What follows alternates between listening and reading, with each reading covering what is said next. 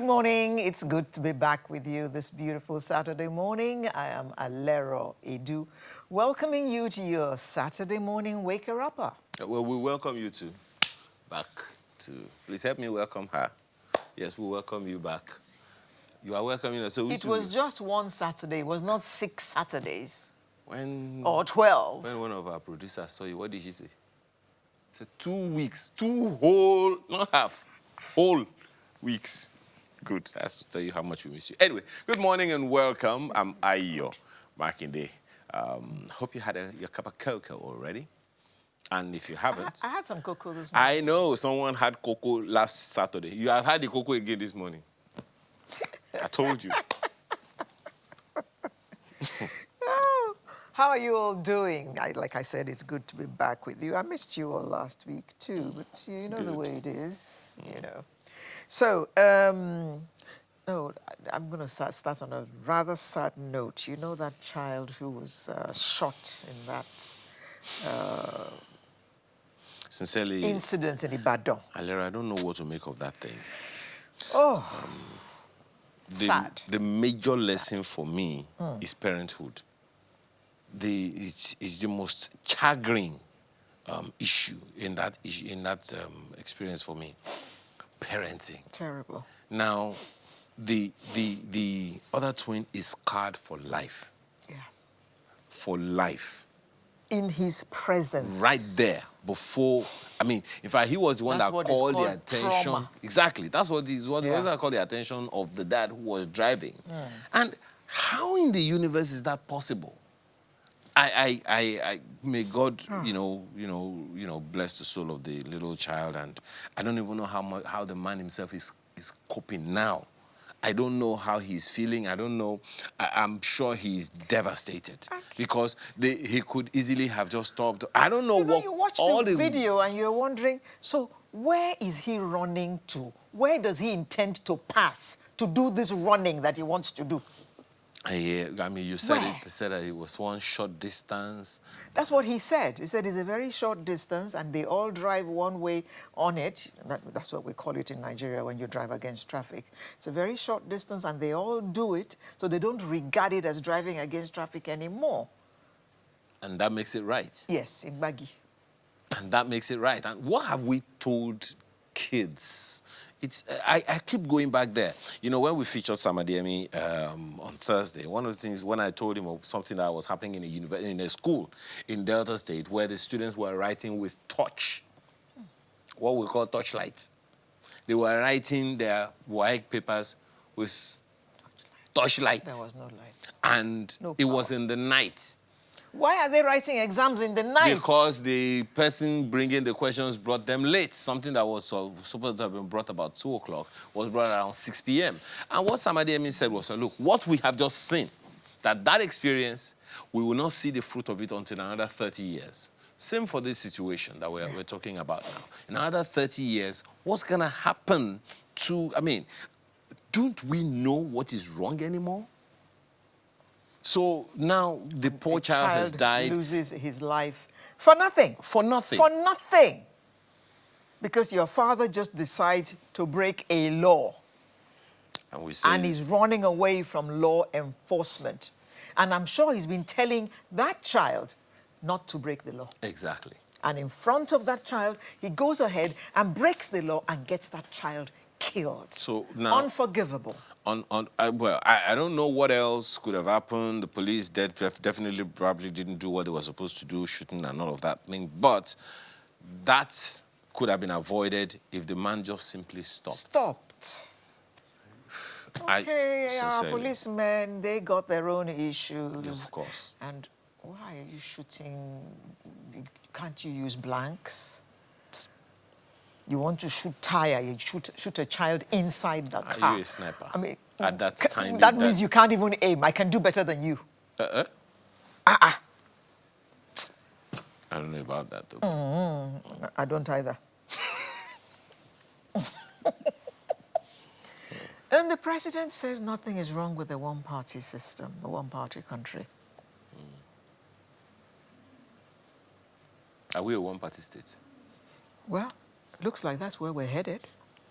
Look, for you to be a one-party state, let's educate. For you to be a one-party state, your constitution has to say so. How many parties do we have in the U.S.? And how many do you know? Was I not reading that there are about 4,000? Political parties. Yeah. And how many do you know? 2. So does that make the U.S. a two-party state? Republican, Democrats. So does that make the U.S. a two-party state? Clearly not. So I think it's a function of, first of all, for me, it's just a function of the Constitution. Hey, what we're even talking about now, have we not said the same thing about the PDP before? In the build-up to the... When they said they were going to rule for the for 60 the next years. 16 years. In the run-up to, I think, was it the 2007 or 2011 elections?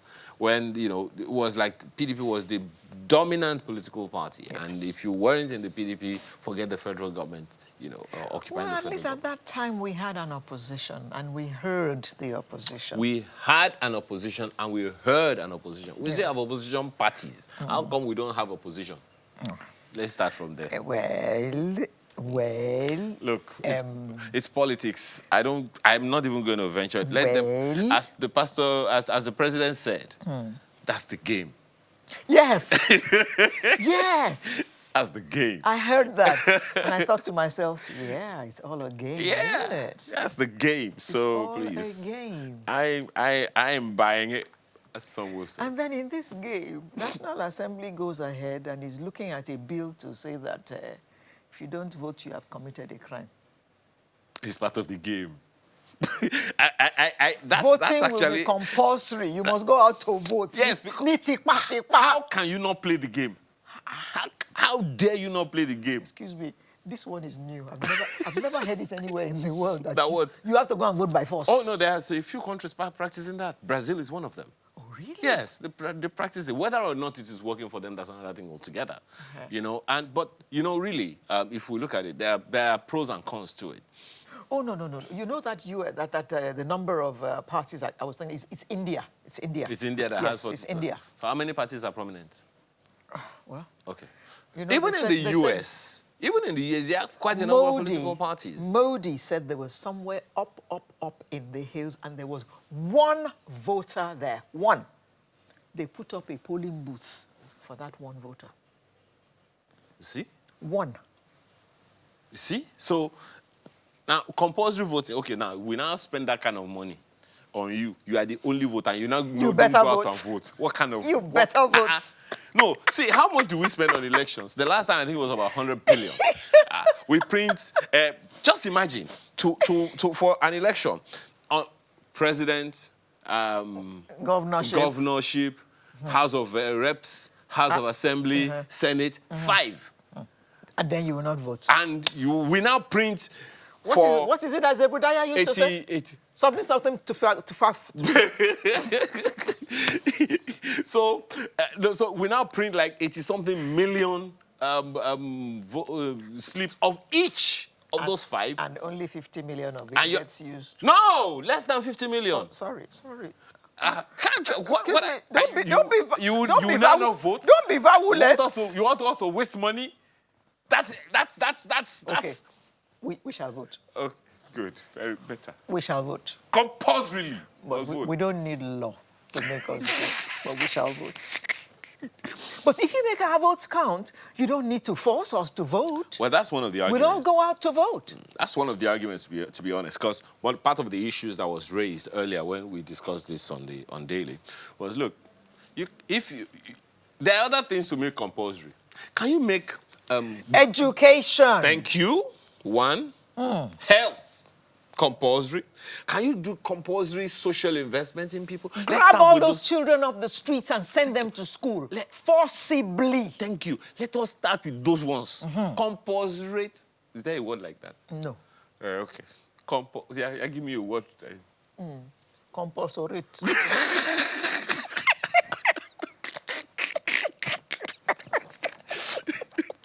So, compulsory education of children. No, please. Oh. Some young person is make it compulsory. Make those compulsory first. I apologize.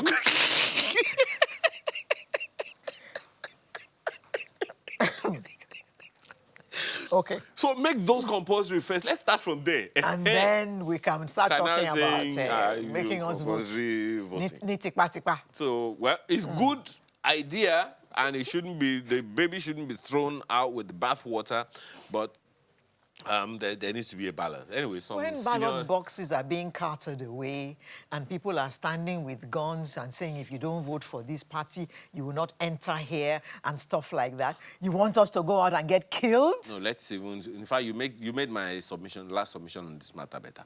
If you want us to vote compulsorily, put it here. Correct. Put it on my phone. We all have this.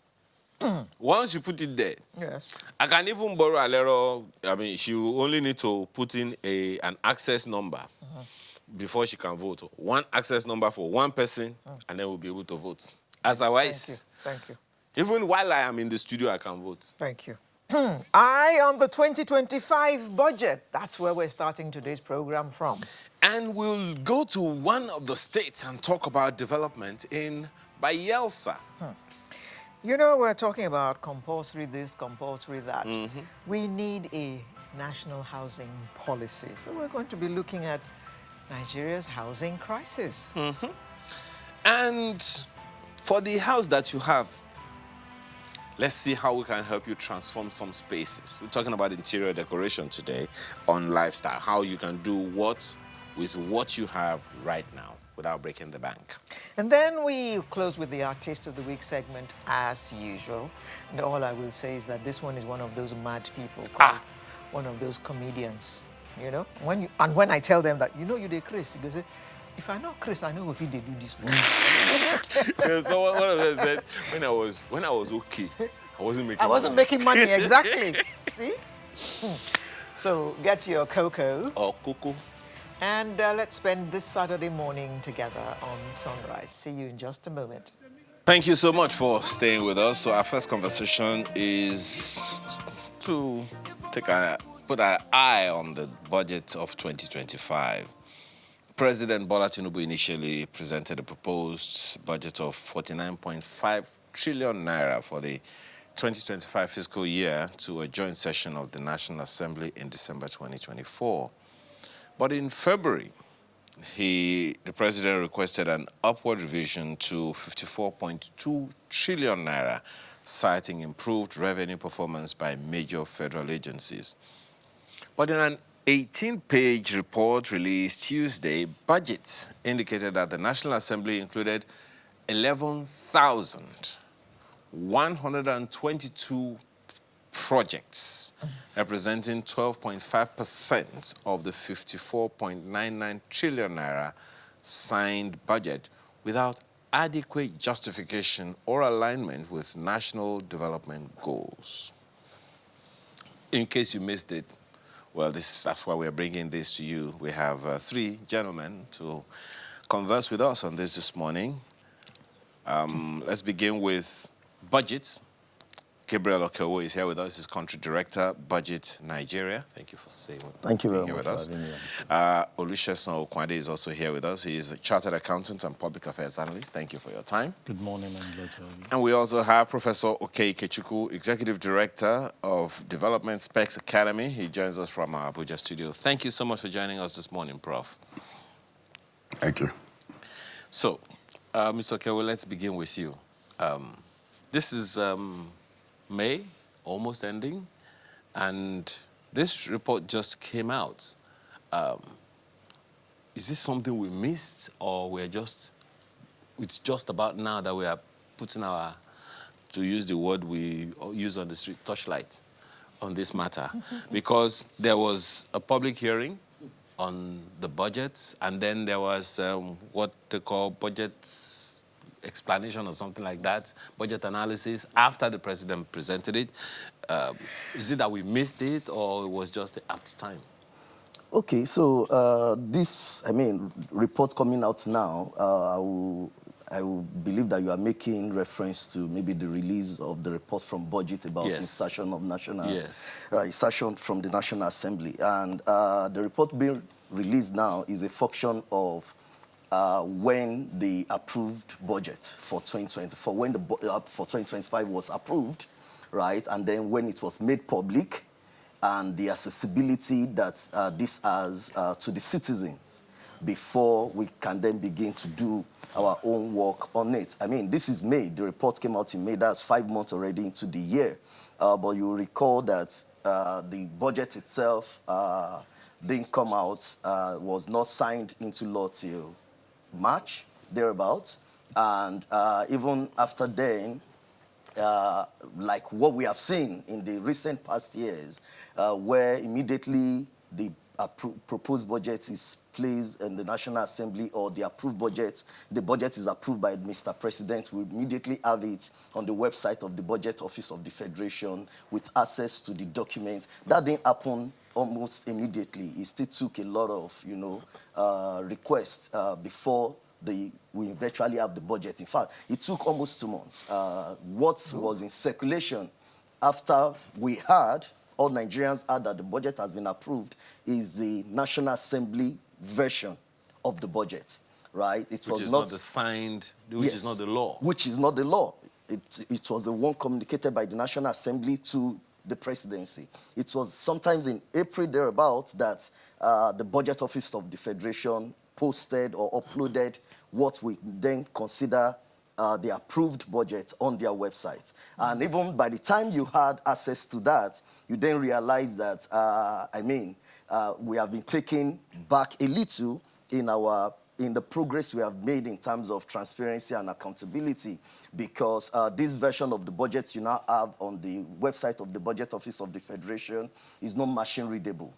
As a matter of fact, it is not a PDF copy, right? It is a scanned paper document, PDF. So what we have there, or what we had, is as good as a photograph of over thousands of pages of budget. Now, you can then look at our job as an organization that has a mandate to, analyze the budget, what it would take us to convert pictures into documents, right? To machine readable documents. And then what it will take us to validate all lines to be sure that we have not made any error in conversion. All of this process could have been averted just by the government uploading a machine readable format. And that is the difference when we say information is available, but it is not accessible. Because this information that is available, yes, on the website of the government, is not accessible, because you cannot go in there and search Channels TV and it comes out, because it's pictures. It can't give you, it can't respond to you. So that's the reason for all of the delay. So it will take time for us to do the conversion, validate the data before we now start our own analysis on it, and then we'll release the report. Mr. Okwade, first of all, the budget was signed in February. And then after that followed all this that he's talking about. So no work could be done on that budget for some time. This is May. Q2 is already halfway gone. So what does all this say about the implementation of the budget of 2025? How are we implementing it when we didn't even have a budget yet throughout the month of January? Thank you very much, Sister Lero. We've said 8 times with that number that our problem, a lot of people that yearn for policies, redrafting and doing a lot of things, I ask them and I do tell them that our problem is always implementation of whatever we have. And you don't blame it on the citizen, you blame it on the handlers. Who you ask the question, do they even understand what they themselves are doing to give deliverable to the people? What my brother just asserted now, it takes someone who understands what he needs to do, that you dare not upload a picture. I can't send a scanned picture to you for a document I expect you to analyze. As a finance person, it's as good as I reproducing those things, which amount to I committing some errors in the process. And that's why what I feel you paid is to set a trap for you, to say in the process of actually reproducing, because you are going to reproduce those data on your own before you can analyze. And in the process, you are bound to make errors. While you now make the errors, they go ahead and wait for you to attack you back that the information you are providing to the citizen is actually misleading, knowing fully well that you created that misleading act by not providing the right document for them. So most of the time we ask the people at the end of our fear, do you even understand what you need to make available? Because this budget, even constitutionally, is to be made available for everybody to have access to, have understanding of it, and be able to monitor when you talked about some of those things. Maybe so we they missed it don't out want there. any analysis done. If you don't analyze it, then how do you expect us to speak to it?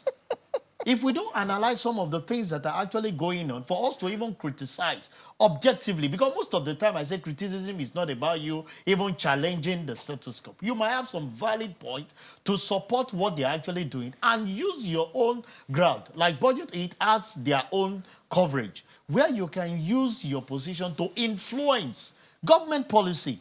There are fantastic things I will always tell people that they are doing. You can use your forum, you can use your coverage to actually put that. But when you cannot have analysis of what is actually there, what are you going to tell the people? You're not going to say anything rather than coming to say, we are still looking at it. So you can imagine if mid-year we are just having an enroll into the budget that is supposed to. So what has happened in the last 5 months? It has impacted on the citizen themselves. I'm even wondering how budget is able to read, produce these documents within less than 2 months, because you got it in March, you said, and then you read all in April, and still produce these documents just last week. Anyway, Prof, we are not going to the real meat of the matter yet, but just this whole process. We'll begin with the meat of the matter, itself. But this whole process, what do you make of it? Speaking about the process, I think I'll begin by asking about budget performance. We were all recipients of the public information to the effect that last year's budget, I think, performed, was it 40%? Oh. Our questions being raised about the 60%. What has been the performance of budget in the last 15 years? If you study those budgets, and I think Budget Office will also admit that, you find that a good deal of the time is a reproduction of the old, and programs presumably executed and implemented in a previous budget also come into the present. I thought I should put that on the table. The other point I'll put on the table is that this is May. We're nearly halfway through the year, like Alero pointed out. This is second quarter, coming to an end. When are you going to implement the budget? How much of it will have been carried out by November, December, and you do another budget? Are we worried about the fact that sometimes AIE's authority to incur expenditure takes over from actual budgeted expenses, such that you say, oh, Defense Ministry has been given 10 trillion. You find out that only 4 was given to them, was released, and nobody talks about it, what happened to the rest. So I thought I should put all of that out and then come to the substantive matter. When you send out a document that's not machine readable, not readily accessible, you delay the process of evaluation, you delay the process of oversight establishments, you make public communication difficult, and you make government and governance opaque. It doesn't help, it doesn't drive credibility, it diminishes all of us, particularly the National Assembly, and it suggests a level of bureaucratic incompetence that should not exist at certain levels. Worst of all, nobody seems to be under fire for this. How can this be? And in any case, for me, it shouldn't really be now that we're hearing this. At the moment that was produced, I believe that if I was part or head of an organization that's supposed to do this evaluation, I will probably be thinking of a press conference, having written correspondence, and it's not coming, they're not sending me the original. I don't have to do a press conference, I use the media. There are civil society organizations who are partners. They can raise questions about not just availability, but accessibility of public information. Citing this as an example, mentioning the number of pages, mentioning the applications that can actually convert those pages to readable Word documents, pointing out the challenges even when that is done, etc. You know, it will put some heat on the National Assembly without appearing to be coming from budget. I thought all of this should be put in context. Those will be my initial remarks, that we cannot go on like this. It will not aid development. Budget is not a document. It is a law to be, what do you call it, implemented. So failure to implement is actually unlawful. And when you make a law, all the provisions are not accessible. Much of it is not carried out. You say, oh, we carried out 40%. And everybody carries on the next year or the next day as if nothing happened. It says a lot about the attitude to governance. So, Prof, quickly, before we go to the issue on the table, and rightly put, the budget is a law that should be implemented, or rather, must be implemented. And over time, we have seen that it's almost always implemented in breach. Who should be asking questions? One of the issues that I've always had with this, look, there is always a budget defense process at the National Assembly. So I come to you, I say, okay, this is how I dealt with the previous law, previous budget that was given to me. I didn't really perform very well, and then I go away. And the following year, you're still assigning money to me. You're still budgeting money for me. I come to you to defend my budget for this new year, even though I couldn't quite persuade you what I do with the previous budget that I have come, and then I have come to defend another one. Who should be asking those questions? Who should be putting their foot down and saying, no, you didn't do it right? Because I can't imagine myself. I can't even imagine you, Prof, as a business person. You gave money to someone, the person didn't quite account for it, and the person is coming to ask you for more money. Yes, there are institutions of state that have that responsibility. But because this is a political environment, so let's spread, or if you like, democratize the conversation. The political opposition in this country has been performing with spectacular lack of capacity. They make press releases to grumble about something. This is the kind of thing on which you'll gather the data, gather professionals or consultants around you, address the nation, give a state of the nation address. And national resources for the year 2024 were put together in the name of the people and for the people by those who represent them. Out of that quantity, this has not been implemented. What we are hearing from budget now should have come from the opposition, civil society organizations, concerned citizens, etc. Those are the things. And also presidential liaison. There is a presidential liaison with the National Assembly. That office or that department or that unit has a duty to maintain the reputation and image of whoever is president by monitoring the outflows. When your boss has signed out on something, there should be enough feedback for him to know that his image is not likely to suffer due to non-implementation, distortion, or limited implementation. So it's not for budget, because it's come to speak, we're all jumping up and down. We're Nigerians. Nobody has superior citizenship. Anybody can speak about it, but I believe that people, organizations, and departments and agencies should think of coalition of what I call public interest organizations, so that these things are, okay, the budget has come out. Yes, this is what we noted.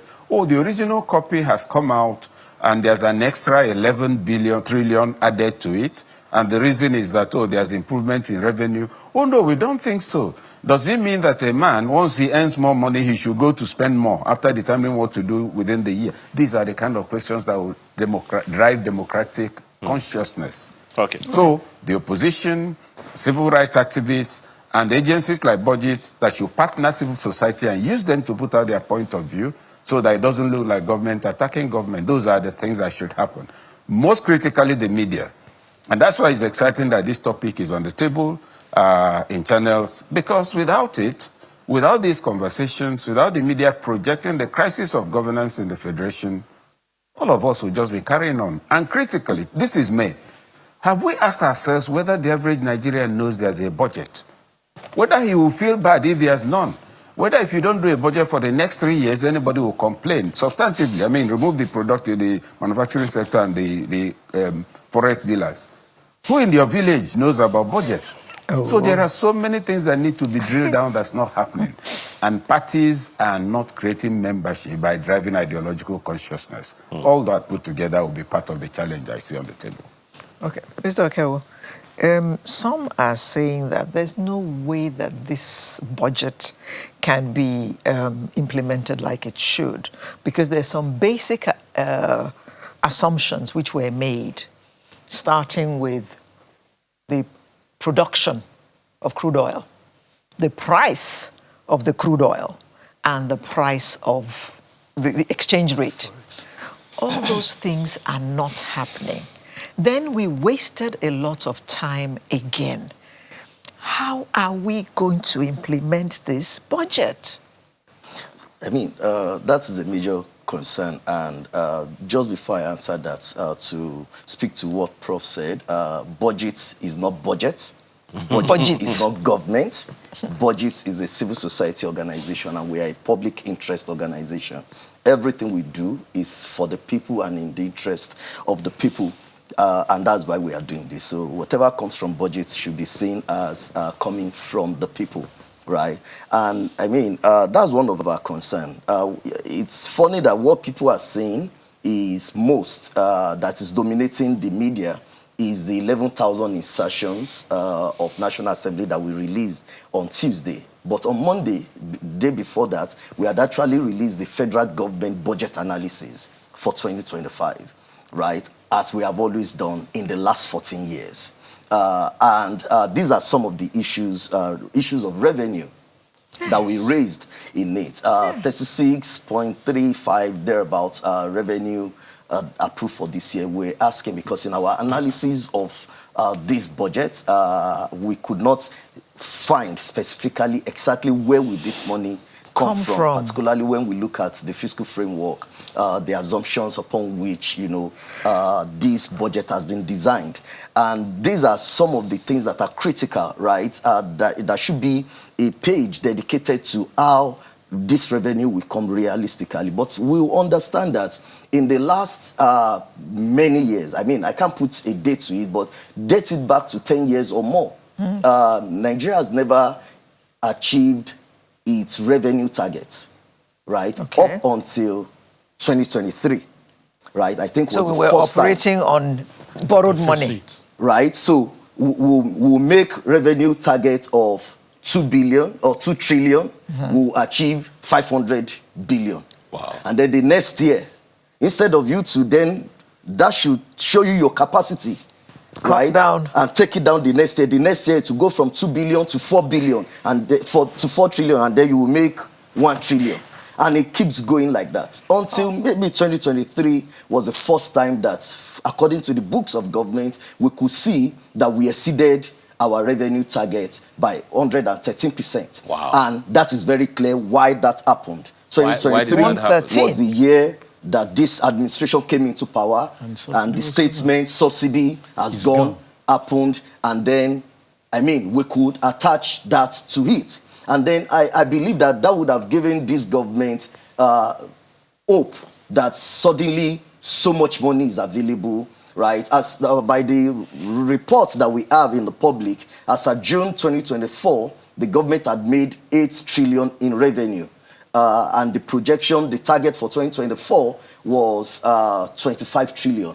So if we, by the time we see the closed book of 2024, maybe they would have surpassed, you know, the 2025, we wouldn't know. But now that brings us to 20. So somehow this government believes there is money to be made. I mean, there are policies they are putting in place and money it's coming that will in. make us make money. Prof was saying. In fact, the budget didn't start from 49 trillion. The budget actually started from 47 trillion or 46 trillion. That same day, the statement that was read by Mr. President on the floor of National Assembly was either 46 or 47. And in less than 2 hours after that presentation, it went from 46 to 47. 49. Then from 47 to 49. Then from 49 to 54. Right? Then from 54 to 54.9. that now eventually got approved. So for the first time, you will see those discrepancies. And the question, I mean, let's just narrow down the last one that jumped from 49 to 54. It was a case of, oh, the executive had looked at his book again and is looking like, oh, we are going to make more money.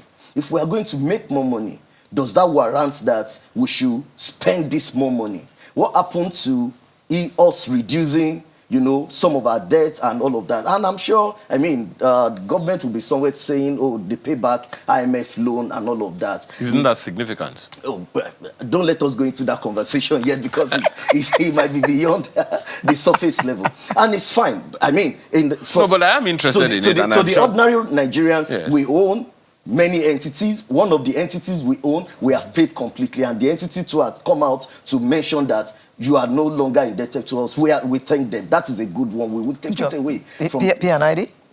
The IMF okay. loan. Yeah. Okay. And that's a good one. We are thankful for that. But let's come to this budget, because if we are not careful, we'll make this conversation sentimental around insertion. This is about governance.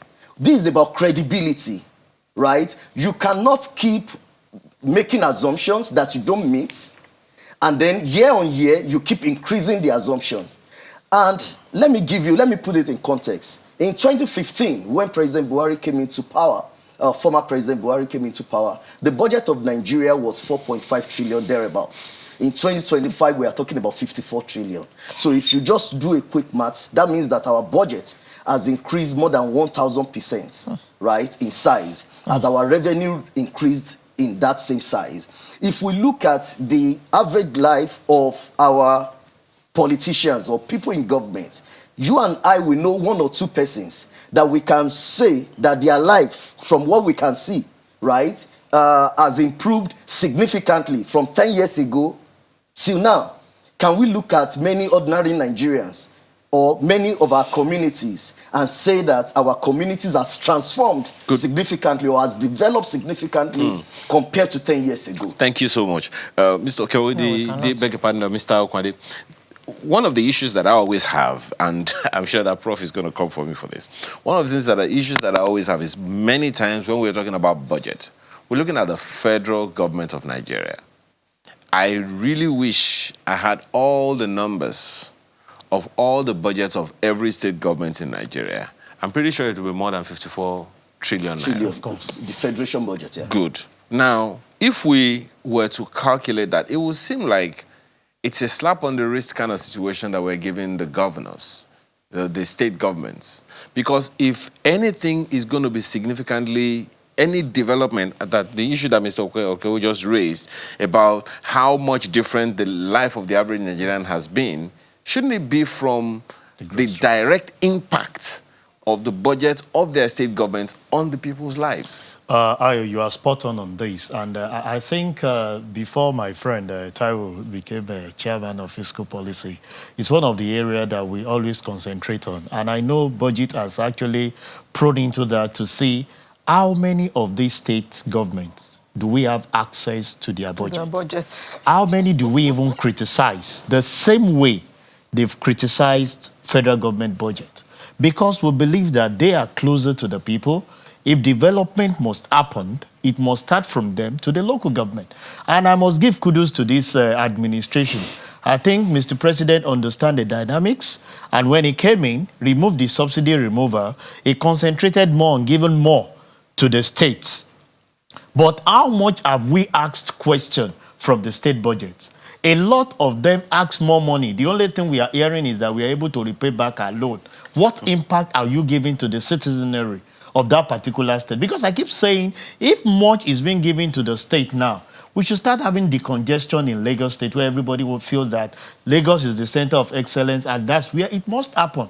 What are happening in other states, suburb? I said, if you look at the Southwest, we have this connection that if you develop other states, you can migrate. Those people that travel, you travel as via train, where you reside in certain area, work in certain area, and make that development to happen. So you can imagine if we call Lagos the commercial nerve center, and I'm residing in Ondo, and I have a train system, because people move 2 hours in UK, US, to where they reside. So you can imagine if you have a train system, collaboration between, let's say, Ondo State and Lagos State, where I can reside in Ondo, work in Lagos. What that implies is that I will not be paying my payee to Lagos State because I work here, and the payment of taxes is based on my residence. So I'm generating revenue to Ondo State, where I reside, where the company I work for give Lagos State the revenue that they are going to get from the organization that I work for. So you can see the synergy. But most of the time, we concentrate and put so much pressure on the federal government. A lot of us have been saying it, that at what point do we start challenging the state government on their deliverables? There was one time Enugu state government came and said they gave kudos to the present administration, that so much that they've been given, they've been able to utilize in developing some of the projects that Mr. President came to open. What is happening to the local government autonomy? The Supreme Court gave that verdict. Have we seen implementation of that particular thing happening? The answer is no. And you can imagine the roads that leads to his house to my house. It's not the function of the state governor. It's the function of the local government that are going to do it. How much? So we have a lot of laws, policies that we have there on paper.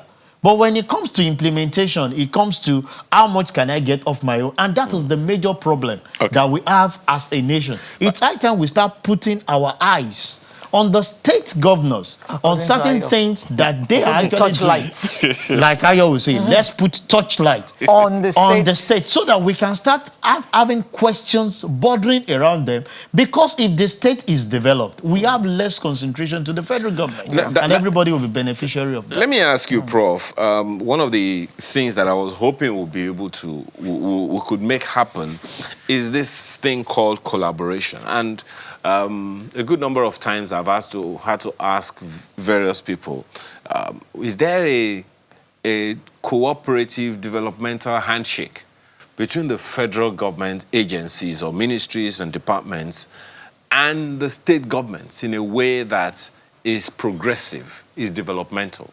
I once asked a governor, former governor now, I asked him, look, there is this NDDC. I mean, it was an interview. Was this NDDC? How it said that they just come into your state, they don't talk with you? How can they just do that? I mean, isn't there some kind of carry along that the NDDC should be able to carry the governor of the state along? What I heard the governor say was, Ayo, you see, that statement, carry along, has many implications. And I don't know what that meant. But I think it's quite important. What do you think? I mean, the budget from one state should have a handshake of sorts with the budget from the federal government in a way that people will feel the direct impact within the shortest possible time. The national planning should be and had been in the past very comprehensive, whereby what's going on in one state and one part of the federation is perceived in terms of its multiplier effect on nearby economies, continuing downwards, how it will happen in 5 years. So specifically to your question, yes, there ought to be collaboration. But if I say there ought to be collaboration, it would suggest that there isn't. There is. And I'll take just two areas. The UBEC, you know that primary education is a responsibility of state governments. So the UBEC office and the UBEC initiative, everything about UBEC, is a collaboration between the federal government and state governments by way of counterpart funding. The federal government brings something, the state governments bring something as an incentive to drive education at that level. But the question you ask yourself, why is it not working? The federal government puts in some money in some states. The states will collect the money, they won't even use it for education, and then they won't bring their counterpart funding. So for next year, they can't come because they've not accounted for it. In fact, that's also the problem some universities are having with TED Fund. So that one is there. There's no question about it. But remember also in a political environment like ours, where many of the actors are not, with all due respect, sufficiently mature to think of development rather than hegemony, they want to say, I did this. Okay, Ikechukwu agenda, Ayo agenda, Alero agenda. Forgetting that the issue on the table is development and it doesn't have to carry anybody's name. A good road is a municipal function. It doesn't have to be spectacular. You don't need to spend further people's Nigerian money putting on the road. constructed by Mayegun and all of that. So on the question of collaboration, yes. But remember also we're running a federation. It can only be a conversation and a partnership. The comments about NDDC is typical because it's a matter on which I've had to dwell a couple of times, both in public and private. I've always held the view that organizations like NDDC ought to be scrapped. The money to the state should go to the state government. Let them mismanage it if they must. They have their people to deal with, if not immediately, 3, 4, 5, 10 years down the line. So as you create these agencies, you're actually not creating collaboration. You're creating silos for elite who lost out in elections to have access to funds that are nearly the equivalent of funds for running more than one state and still live at that level and spend a little more. You see, that's why our budget keeps getting bigger. Sorry, and on the question of budget, one thing to consider, yes, we are now doing so many trillions, but check the value of the Naira when Buhari came in, then check the value of the Naira today, you may find that we're actually budgeting less in substantive terms when we're looking at dollars. The other element is that even when you think of partnership between state and federal government expenditure is now on what I call discretionary expenses, and I'll use an everyday example. Food is mandatory. You must spend on food, you must spend on shelter, you must buy soap to have a bath. You can't decide that, okay, I'll stop spending on food. It won't work. But you can decide to stop spending on cigarettes, you can decide to stop spending on buying 10 newspapers instead you buy one. Now, if you look at most of the things on which the federal and state governments are spending, they fall into what can be conveniently described as discretionary expenses that need not be there. Check the rate at which vehicles are changed, residences are renovated, among other things. So, back to the substantive issue of partnership. Partnership already exists. But the partnership that will yield the kind of result we are asking for is issue on the table, because when you have an event at the state capital, is reported in the media, oh, we are doing this to help rural women, and the women who are ruralizing the place, to use the expression, I think I heard you say comporize, so let's start to form words. So people who are in cities are not in touch with the people. So let's not say there's none. There is partnership. The question is whether the partnership is yielding the desired results. There's nothing with the state governments taking loans. The question is, after the loans have been taken, what have they been used for? Go and check records of all the loans they've taken in the last 5, 10 years. Do you see an impact on the ground in any form, apart from government records? And do you find out, like you said, that some people in public office have become a little more comfortable because of the way they are, but their communities are still the way they were in the 70s.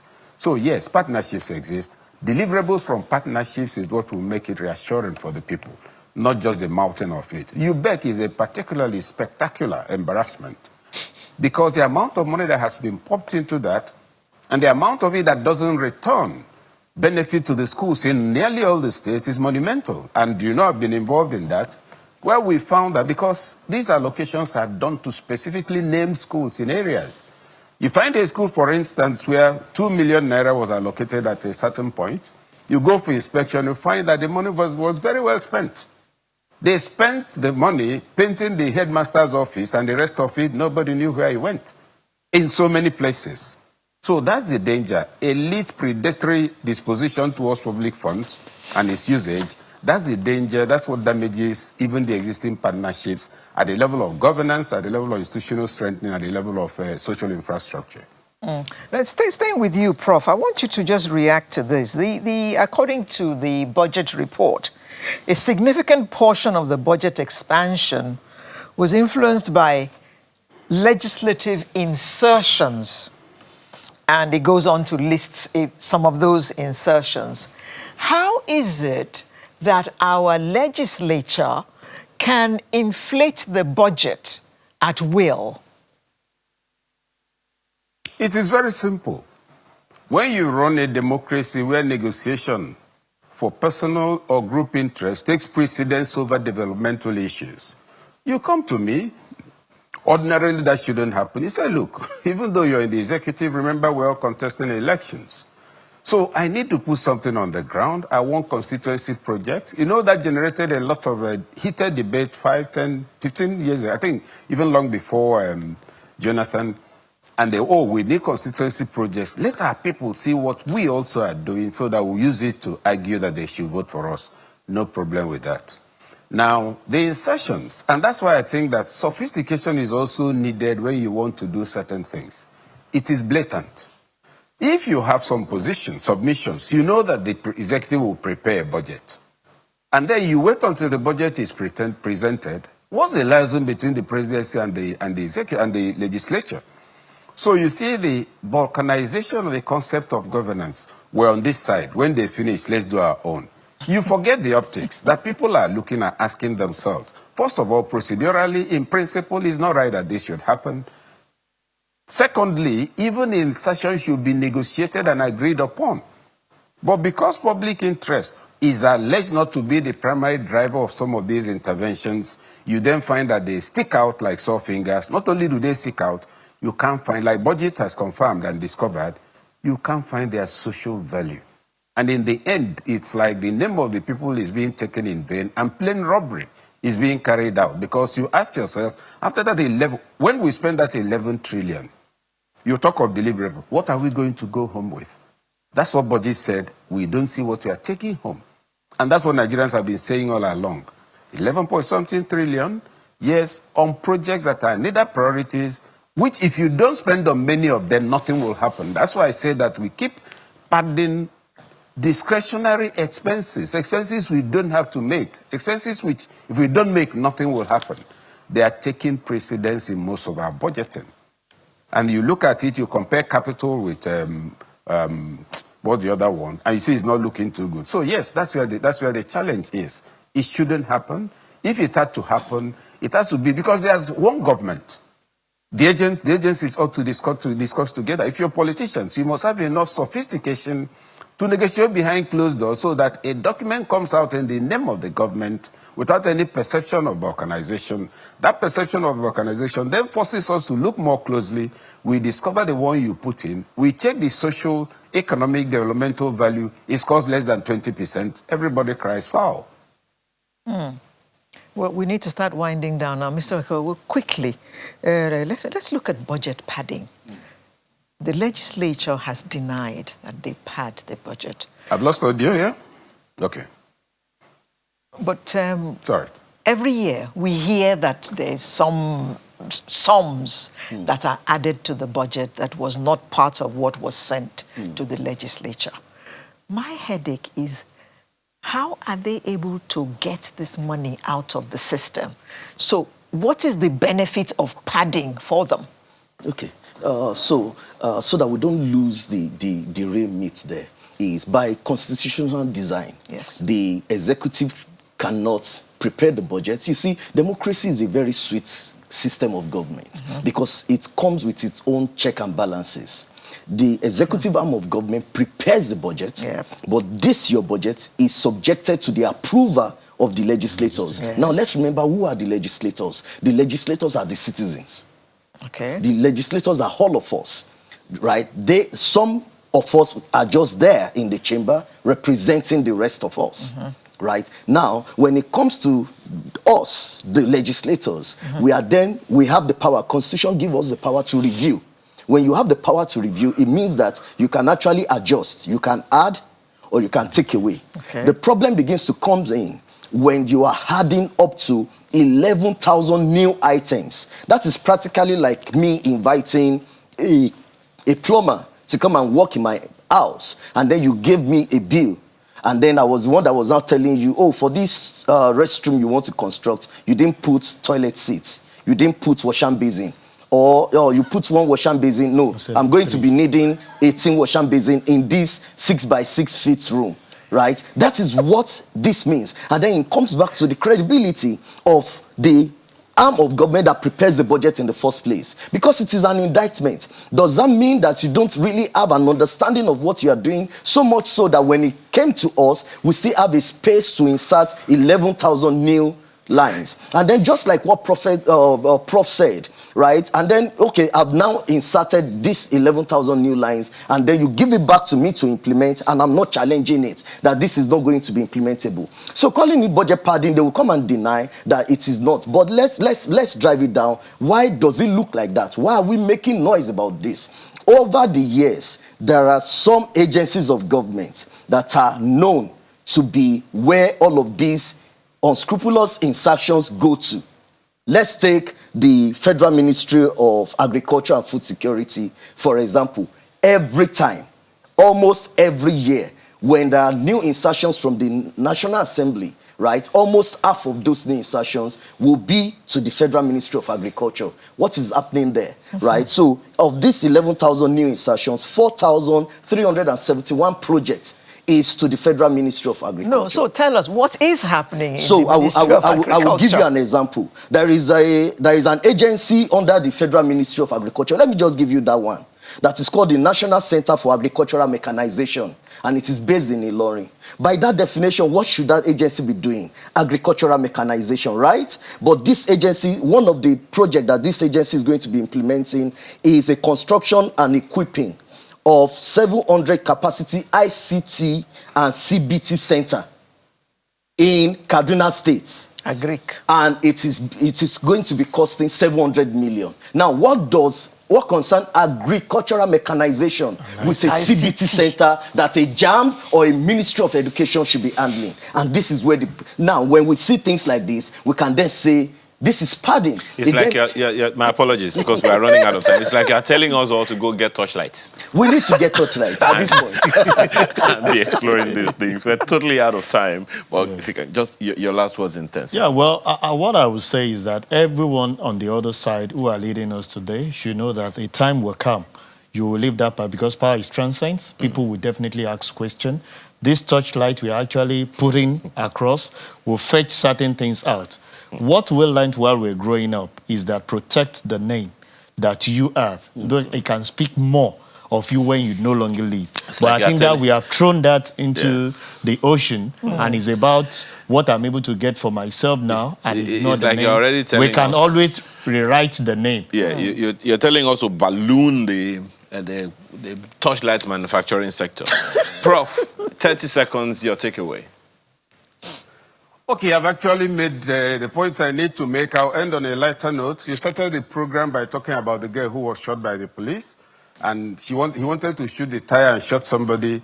And your colleague Alero says she can do better even with the shooting. That means we have unknown gunmen in Anambra. Now we've won a known gun woman in Lagos called Alero. That's a note which Alero, you have a work for yourself. Okay. I hereby absolve myself of this conversation. I'm innocent of all charges. Thank you so much this morning, Prof. Professor K. Kechukwu is Executive Director, Development Specs Academy. And we've also had Olusegun Okwande, Chartered Accountant and Public Affairs Analyst, as well as Mr. Gabriel Okewo, who is Country Director, Budget Nigeria. The people with the big touch. Thank you so much for your time this morning. Thank you very much.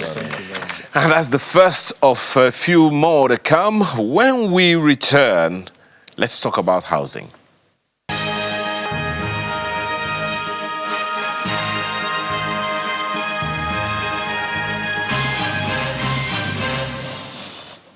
If you have searched for a residential property to rent in Lagos, Abuja, or any other major city in Nigeria, you will know that the struggle is real, that you are facing an uphill task. Rents are skyrocketing, decent homes are hard to find, and when you finally find one, you're slapped with that outrageous agency fee, legal fee, inspection fee, and sometimes even caution fees that no one seems to account for. Meanwhile, thousands of newly built houses sit empty because they're priced far beyond what the average Nigerian can afford. So there are houses, there are no takers because the prices are too high. I saw one nearby, not too far away from me, 25 million naira per annum. Who can afford to rent a place for 25 million naira when you're not asking to go and live in Ikoyi or VI? Even if you are going to live in Ikoyi or VI, how much are you making? 25 million naira per annum. Well, you'll be making pots of money. Let's put it that way. Oh.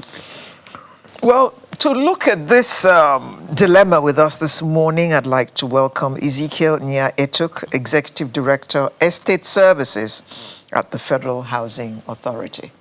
Good morning. Good morning. Good to see you again. Same here.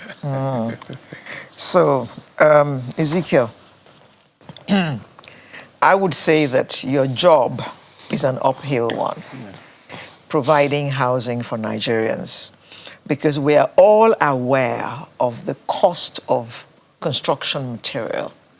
So the house that you're talking about, now, the one that's 25 million, I'm sure that if you actually go and cost what it took to build that house, you will actually find that 25 million naira is not outlandish to demand for that kind of property. Yeah. So the ones that the federal government is building that you are in charge of. Involved. Okay. That you are involved in. Okay. In other words, you're not the contractor. I understand that. Yes. First of all, how is that task going? Okay. How easy has it been to build houses? And how easy is it to offload those houses? Okay. First, thanks for having me. Second, I have to try very hard not to talk as an advocate, which I've done for over 30 years. I've always been sitting here as an advocate. Government should, government must, they have to.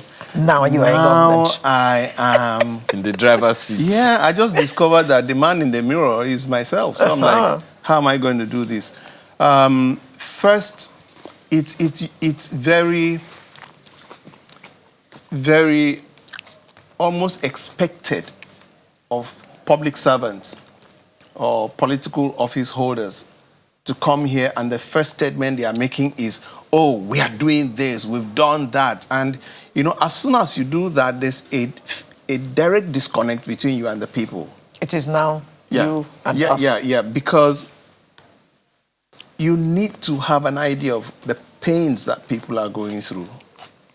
And that since this government came in place so far, there's little change, quote me, and I'm going to talk as a nationalist.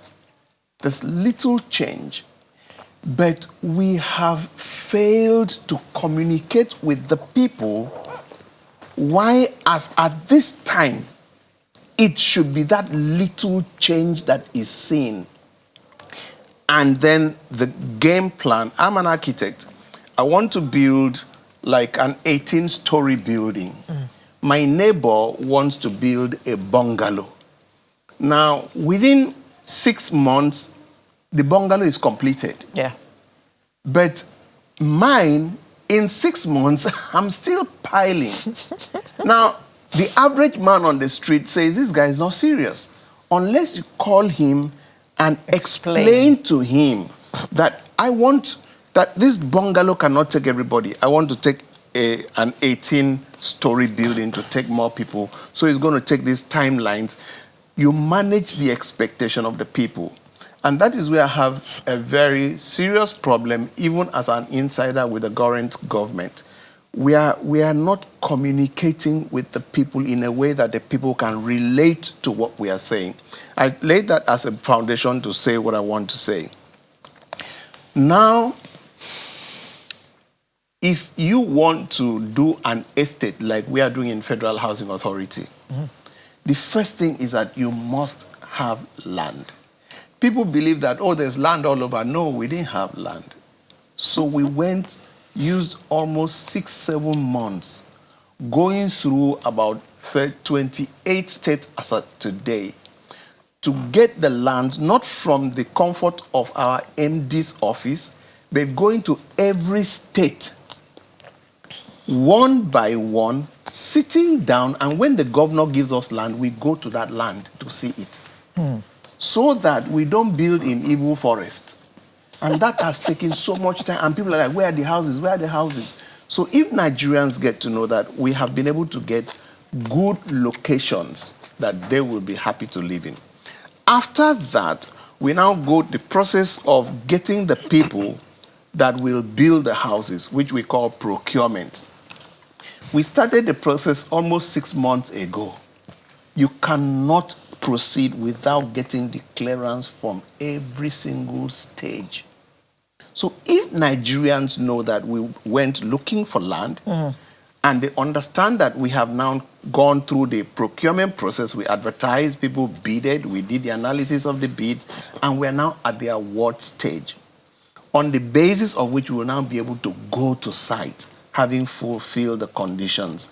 They will be patient and they are carried along on a rate, which is why my administration would encourage me to come here and talk about it and tell the people so we can manage the expectation. Now, for the first time in the history of the Federal Republic of Nigeria, we are rolling out in 17 states at the same time. At the same time, 17 out of 36, 37. Now, after doing that, I am the chairman of the groundbreaking committee. You can't even set up that unless you are ready to break the ground. So now we're in a position where we have the ground, we've done all the designs, we've gone through the procurement processes, we can now do award, at the end of which we'll now be able to go and start building. The next But stage, all these take time. yeah, and it's like you have to go to primary school, secondary school, before university. I haven't seen any parent that said, but you see, we need to, even the things we say that are facts, we need to communicate it in a way that Nigerians appreciate that we feel for them. Do you understand me? Perhaps, my apologies, perhaps Yes, one of the challenges is that people have to, the houses that you're talking about, for instance, Yes. It's not something that's going to be ready tomorrow. Yes. It's not going to be ready next month. Yes. Not even sure whether they will be able to, they can plan and say, okay, I'll wait until next year. So for now, what we have is what we have. Yes. I don't know, and I don't know if you can speak to that, but Yes. recently, Lagos State government has been talking about this challenge of people paying per annum, and that they want to enforce monthly payment as opposed to annual payment of the rent. Is this something you can speak to? Do you see it happening? I can speak to that, but again, one of the challenges that we have is that the military mentality has not left us. Military mentality is here and now, immediate, and it doesn't work. There's got to be proper planning and foundation laying and processes, which if we had done 20 years ago, we would be building. And if we had done 10 years ago, we'll be building. And somebody has to come and say, look, I don't care what this cost me. Let's start now. Do you get the point? Now, a man went to the bank, borrowed money. He went to land seller, bought the land. He started to build. He finishes building. The bank loan is on his neck. He wants to pay back. You come in and legislate and say, start collecting weekly, start collecting monthly. Now, that's not sustainable. I've been a developer. And you see, if I come here and talk as a politician, even God will not, he might, but I will not forgive myself.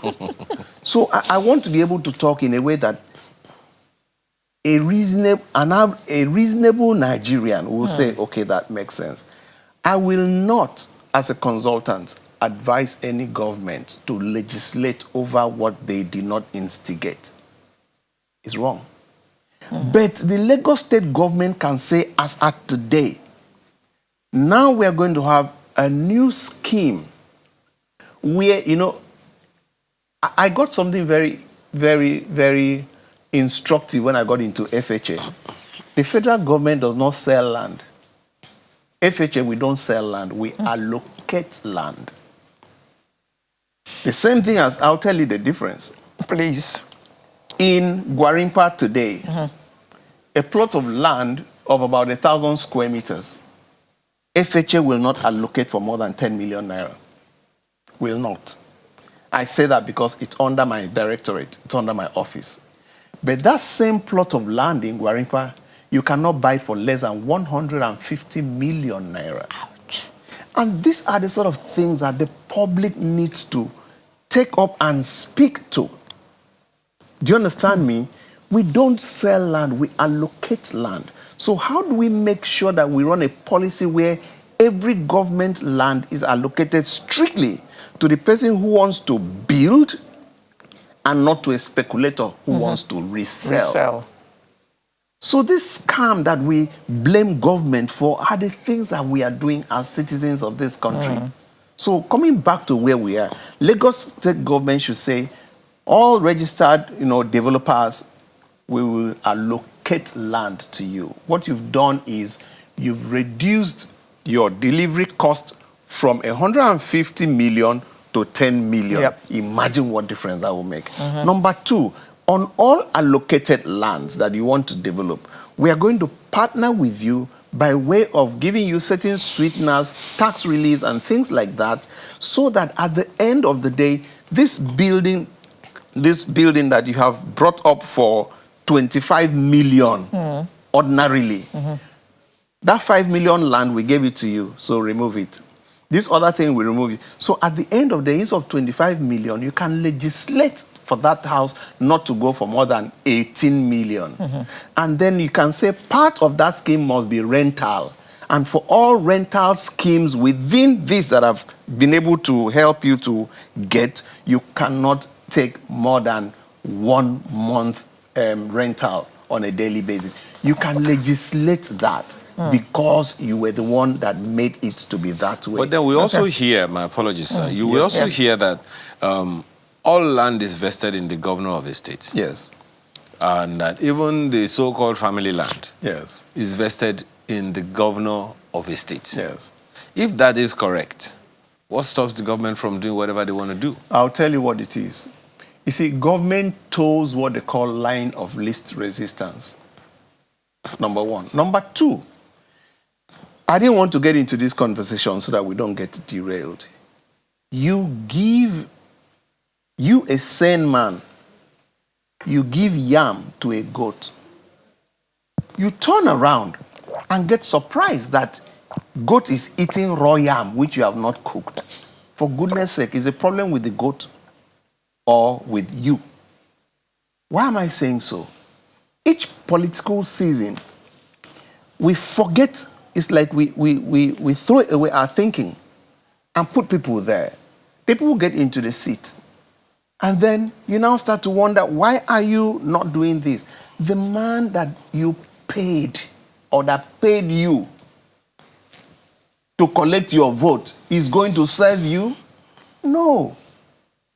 The man that paid you to say, somebody comes to your house and say your clothes are dirty, let me pay you to wash your clothes. Something should tell you that this guy is looking for something. I should be the one paying you and not you paying me to serve me. But let's come back. That's why I say I don't want us to be distracted. I'll just give you a little example. As at today, there's a buzzword I've started hearing, amongst politicians. And that buzzword is 2037 is going to be between APC and the people. Politicians. My sister, I just want you to think about this. Politicians are telling you that 2027 is going to be between APC and the people. No. 2027 is going to be between the people and the politicians. Those in power and those seeking power. Don't come and join us. So that APC tell me what you are doing, and you opposition, don't join me. Tell me what you want to do, why I should come to you. Don't come to me. Okay. Ezekiel, one of the major problems of acquiring your own property in this country is the issue of money. Yeah. In other climes, People graduate, Yes. and as soon as they get jobs, they can get mortgages. Yes. And buy. So Yes. they start off life living in their own property, Yes. even though they're going to pay for it for the next 30 years. But at least they have access to the money to purchase a roof over their heads. Yes. That doesn't exist here. I'll tell you. Even Yes. those who are able to rent property, they can't even afford the rent. Yes. It is their parents who are still helping them. Yes. So these properties that you all are building, Yes. how do you intend to sell them? Yes. And to whom do you intend to sell them? Yes. You see, when I was given this appointment, a lot of people were like, oh, thank God somebody who is informed is getting in. And the good thing was that the president, giving him all the credit, brought a group of professionals into the different two main, let's take one housing, Ministry of Housing. Let's be very focused. The head of that ministry is architect Dangiwa. He's an architect, he's a practitioner, he was a former MD of Federal Mortgage Bank, so he's informed. He came into two other aspects, the Federal Housing Authority and the Federal Mortgage Bank. Check out the teams of the two sets. I belong to the Federal Housing Authority. All of us are professionals and not these political appointees where people like, how do we share? That is why, probably why, as at today, after spending more than 1 year, all 5 of us, including my MD, are still driving the old Hiluxes that we met. Nobody's doing all this Prado and blah, blah. Not as if I'm criticizing, but we say, look, the president has given us a job to do. And I challenge anybody to go to Federal Housing Authority by 9 p.m. any day. Unless he's not in town, you'll see my MD still there in office. For the past 1 year, between 8 and 8:30 a.m., I am in the office. All of us are in the office. We are working. Doing what? Laying certain foundations. And what are the foundations we have laid, which has come to this? Number one is that you can't talk of owning a home without having a mortgage system that is sustainable. Yes. We have not had one. But the current government has revamped the Federal Mortgage Bank. They are giving it certain capacities to be able to get funds, because without them having money, they cannot give to primary mortgage institutions. So we are now going to take everything from first principle. It's not just share at the top, let people be happy, oh, the president is working. He says, guys, go and lay solid foundations. He set up Murphy. As at today, he had given the Murphy, 150 billion. What's Murphy? Ministry of Finance Incorporated is like the funds they've been able to gather for housing. Okay. There's there's a housing part of MREF of that Murphy. Do you understand me? That's for housing. Okay. They've raised 250 billion as we speak. 150 billion from the federal government, and then the other 100 from the private sector. Apart from that, they have also been able to set up family homes funds. You have the family homes funds, you have the Federal Mortgage Bank, you have the MREF, and then you have the there's the third one, which the last one that I remember. These are funding institutions for housing. Okay. So with Who these, qualifies to have access to those funds? first, you must of necessity be a subscriber to the National Housing Fund for you to qualify for that of Federal Mortgage Bank, which is single digit. How does anybody become a subscriber? Almost every worker, unknown to you, you in channels are subscribers to it. You've got to know, because they collect that 2.5% from your salary, every worker. So you are all entitled to it. So all members of NLC, all members of NLC, TUC, all members, they can access this money. They can access. That is, the marketing of this stuff is under my directorate as well. So we are And we have the FHA Mortgage Bank, where I'm also a director in the bank, so I can talk authoritatively. You can, as a Nigerian who does not want to subscribe to the fund, you can go to FHA Mortgage Bank and then look at their terms, which is going to be commercial term. But if you're a subscriber to the National Housing Fund, you will get it at 2.5 deduction from you, and then that loan will be on single digit. But you see, because time is really running, two things that Mr. President did, which is very, very foundational and Nigerians must know. First, he says, I want to achieve two things. Number one is I want to have a building materials manufacturing hub in each of the 6 geopolitical zones so that we can manufacture these building components at home in an integrated hub. Yeah. And I want to tell you that the Honorable Minister has set that up already. It's already in ICRC to get the final clearance. All people have subscribed to it. So in each of the 6 geopolitical zones, Mr. President has set that up and is going to give every single support for that to work. Number two, Mr. President says these houses that we are talking about, there are 3 housing segmentations. The luxury homes for the rich men, you can't stop them. What you call affordable housing, which is like the middle class. And finally, social housing. Social housing is for the poor and the, not so poor. If you earn less than 4 times the minimum wage, you're entitled to social housing. And social housing is subsidized housing. So as a result, there is a fund that Mr. President is setting up. He gave the minister those 2 mandates. The minister has already set up those templates. And in the next few weeks or so, that fund will be launched. And Mr. President is making sure. Now, I want to put on an advocate's cap at this point, because this shouldn't be coming from me as an insider, but let me play the nationalist. That fund is the one that makes sure that the poor man can get a house for next to free, highly subsidized. Now, there is a story in the papers that the houses were confiscated or seized by Mr. Emefiele, right? The poor cannot live on those houses. No, this is very important. The poor cannot live on those houses. They can't afford. It's like somebody giving you a Lamborghini. Giving me a Lamborghini. That would be a problem to me. Yeah. But when you give it to me, I can carry it, sell it, and then buy the one that I can afford. Let the public, the social housing advocacy group, prevail on the National Assembly and the presidency. Sorry, Mr. President, I hope you don't mind. To channel all proceeds of funds relating to properties to that fund that Mr. President has said should be set up. And that benefits the poor primarily. I know that our honorary minister is so inclined.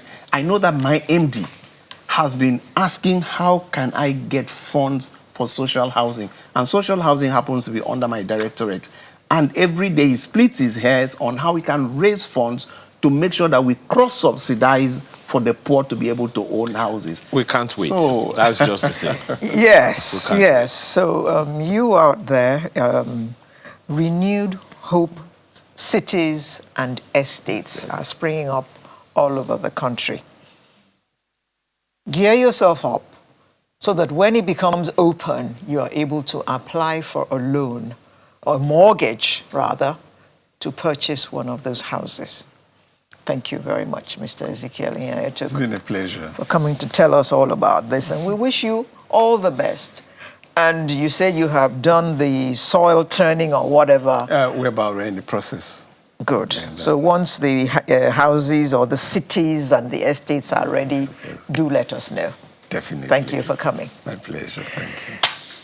Thank you for staying with us. When we come back, we'll be talking something else that will be of great interest to you. Stay with us.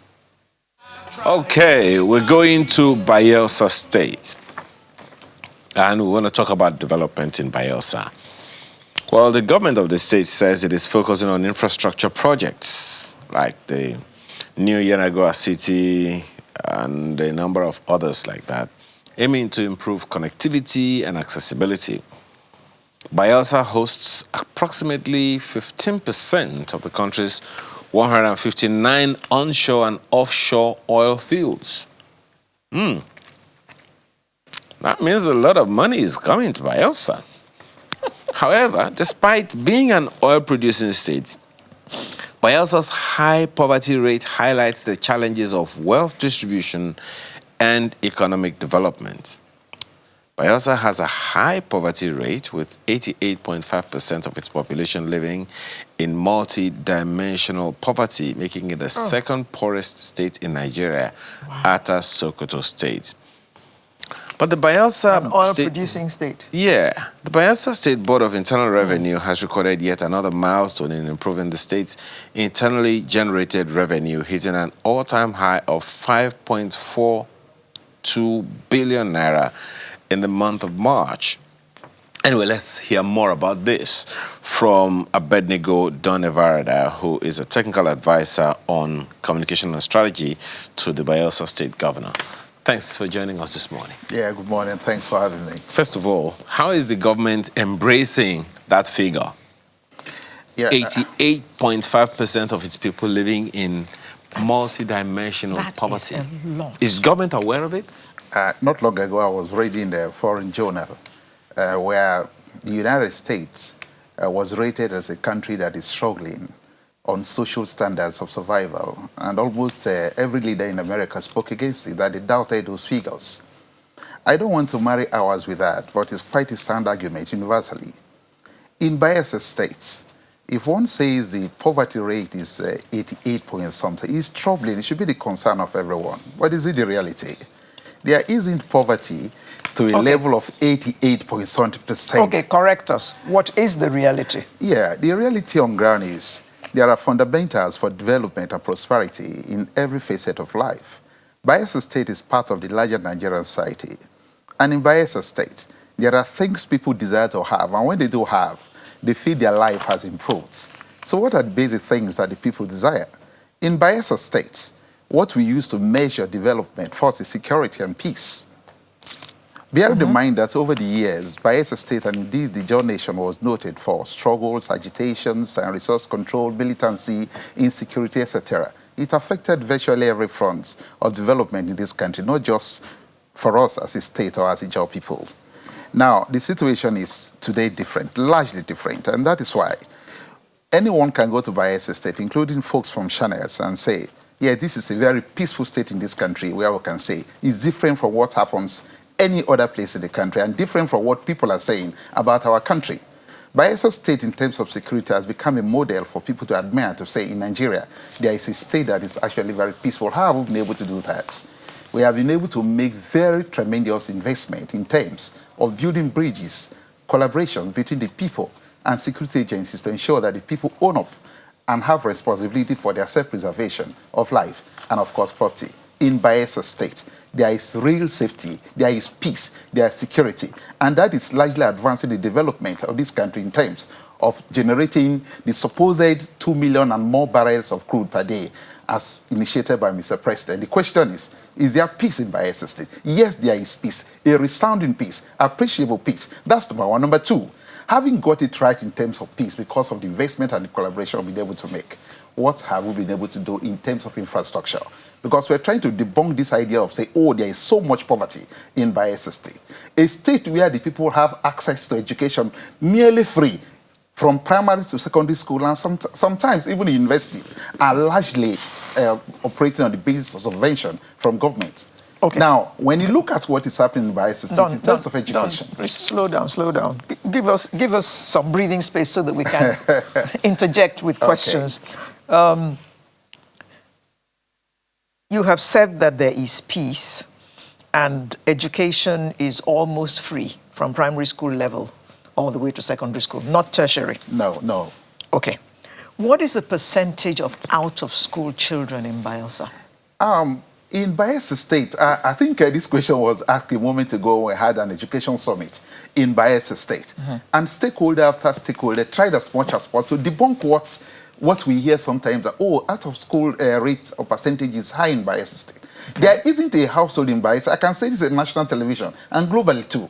There isn't a household in Bayelsa State that they can say, we're identifying the children that they are not going to school. It's not possible because the thing is given free, not just mentioned in political by rhetoric. No, the schools are there.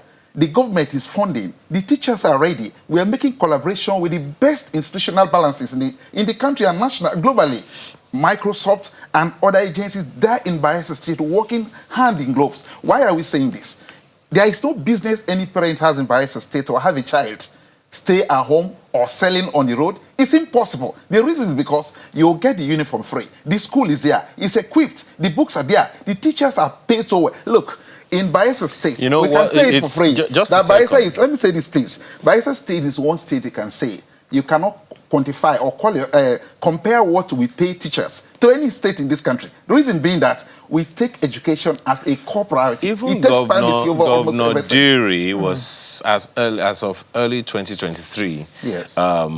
when the figure was, quoted to him, that an estimated 250,000 children are out of school in Bayelsa State, he himself said it's an alarming situation, and given the state's relatively small population, and he also highlights a significant educational challenge. Yeah, of course it should be alarming. That's what we're saying.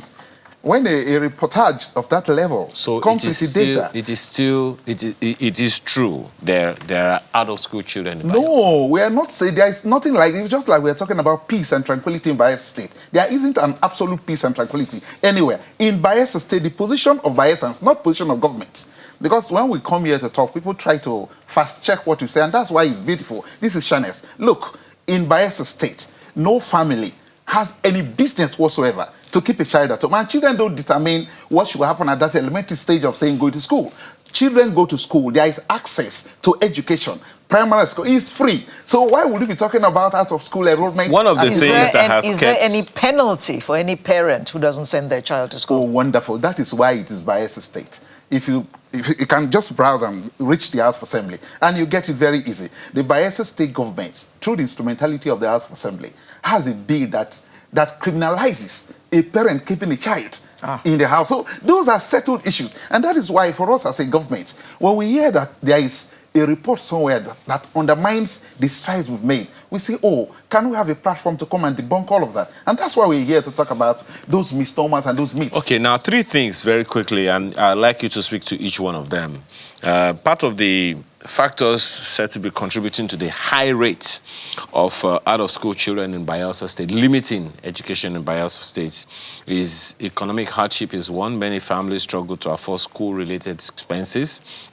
Environmental challenges, frequent flooding and environmental degradation disrupt schooling and deter consistent attendance. And cultural and societal norms. We hear that in some communities, especially among girls, cultural practices and early marriages hinder school enrollment and retention. Are these true? Is there anything government is doing about them? Number one, we must accept the fact that Bayelsa State is largely a riverine community or riverine state. And therefore, most of our people live within environments surrounded by water. But one thing is very simple. We know that is the condition of our people, the state of affairs in Bayelsa State. And that is why we decided to invest massively in education by ensuring that all the shanties, all the rural communities, all the fishing ports, we are building schools. We have completed schools. We have sent teachers there. The kids are going to school. Non-governmental organizations, time in, time out, day after day, in collaboration to ensure there is strict monitoring and evaluation of what we do. They go to all settlements in the state, and I can tell you for free that in Bayelsa State, the story of having children dropped out of school does not exist now. The reason is because there is a deliberate effort by government, one. Number two, leaders, stakeholders, family heads. Look, it's a shame for you as a parent in Bayelsa State to say you have a child at home not going to school. For what? Because it's at a zero expenses. And that's why when you talk about expensive, schooling, no, it is not. In Bayelsa State, it's free. Number two, we understand about the peculiar environment. Like I said, we are so much riverine. But I can tell you, it is based on that we're very strategic in planting schools, so that you will not say you want to leave community A and go paddle your canoe for about 3, 4, 5 kilometers before you get to school. The intention of government is to take government to the people. How do we take government and civilization to the people? Ensure every community has a school. And that is why the number of schools this administration has built. People are asking, why are you doing all of this at a go? And the government is saying, we came with a promise to the people. We went out community after community during campaigns, and the people told us exactly what they want. And it's what the people want that we are doing. So a government that is producing services based on inclusivity, the people wanting this, and we're giving that. So for us as a government, and we should always say it, and that's why we ask the media sometimes, when you hear this reportage, please come to Bayelsa State. See things for yourself. It's not we are claiming there is peace and tranquility. Come and see it. We are saying the schools are there. They are running smoothly. The challenge is not whether or not, you know, whoever is in wherever in the world, a Bayelsan living in what, Chile, doesn't have to come to Bayelsa to verify whether or not these things are true. They should be able to, you know, tap a thing or two on their systems and be able to find out these things. The best you can get is through AI. And if you Google anything about AI now, about Bayelsa State, now what are you going to get? One of the things you're going to get is this, that the state's Human Development Index ranks 20th among Nigeria's 36 states. That is not something to be proud of, is it? It's quite alarming and should be a concern. And as a government, you see, the intention of the administration under Governor Doyediri is to ensure that we rebrand the state in terms of what people hear about the state. And we don't take our state to people. We do things that will make the world come. We attract the world to Bayelsa State by building critical infrastructure, by ensuring there is transparency in virtually everything we do, by ensuring inclusivity, by ensuring political tolerance. The reason we're doing all of these things is because we want the world to come to Bayelsa State. It's a state that the world largely sees as a state that, is laced with It's okay to invite that. people to Bayelsa State, you know. Not Mr. by inviting them, by doing things that will attract the world to come to Bayelsa It's okay State. to do that, but how about the people who are there right now? That's the question a number of people will be asking you. I mean, if the HDI in Bayelsa State is 20th among 36 states, well, I'm not sure that you will applaud your son, you know, who comes, you know, at that level in the education. Add that to employment in Bayelsa State. It was reported at 30.34% in 2020. Has it improved? Yeah, I think it's important to also mention that as a strategic approach to ensuring development in the state, we've been able to do fantastic things in capacity building. So the capacity building we will carry out in Bayelsa State under this government is to identify areas of comparative advantage. What are those areas of comparative advantage? Those areas in terms of agriculture, in terms of sports, in terms of building capacity, the ICT, in terms of other skills, maybe women empowerment program. Now, I want to specify farming. Bayelsa State is like the riverine, and our soil is about one of the best in the country. So we can grow virtually almost every crop. Now, what we've been able to do as a government is to send our kids awards to different sectors and different states in this country where they can learn the very best skills in agricultural technology through science. We have been able to also push hundreds of our kids outside the country. Why are we doing all of these things? We want to train them because we know our land is ready for people to plow and to plant, and then we can look at the associated benefits. We are also looking at the area of sports, and that's why you can look at it. From when Doyediri came in as a governor of Bayelsa State, virtually everything we talk sports in this country, we are talking Bayelsa State. The reason, because when you go to Bayelsa State, you see fantastic things happening. For example, if you want to play table tennis, what we have in Bayelsa State, of course, if you come to Lagos, Lagos is the center of excellence in terms of sports. But let Lagosians and Nigerians, the media, get to Bayelsa State and see our new table tennis courts. The Italians are in Bayelsa State. What are they doing? Partnering with us to ensure that, look, this facility is not just here. We use it to prop it up, improve our kids' awards so that they can excel in all things. A few days ago, yesterday, I was just looking at data about the National Sports Festival taking place in Abeokuta, Ogun State. And I can tell you for free, Bayelsa State is flying high.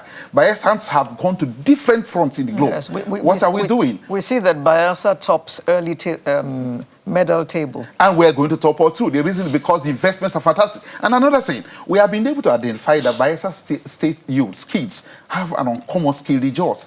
And then we're investing in that. Now, when we talk about ICT, look at it. We have built centers for technology development, and we've been able to partner with agencies and international organizations to come down to Bayelsa State and build capacity in our kids' award. But one thing is very important. When you build this capacity, the next thing is, what is the intention? We want to build a new brand level of entrepreneur, middle class. power generation becomes a fundamental problem.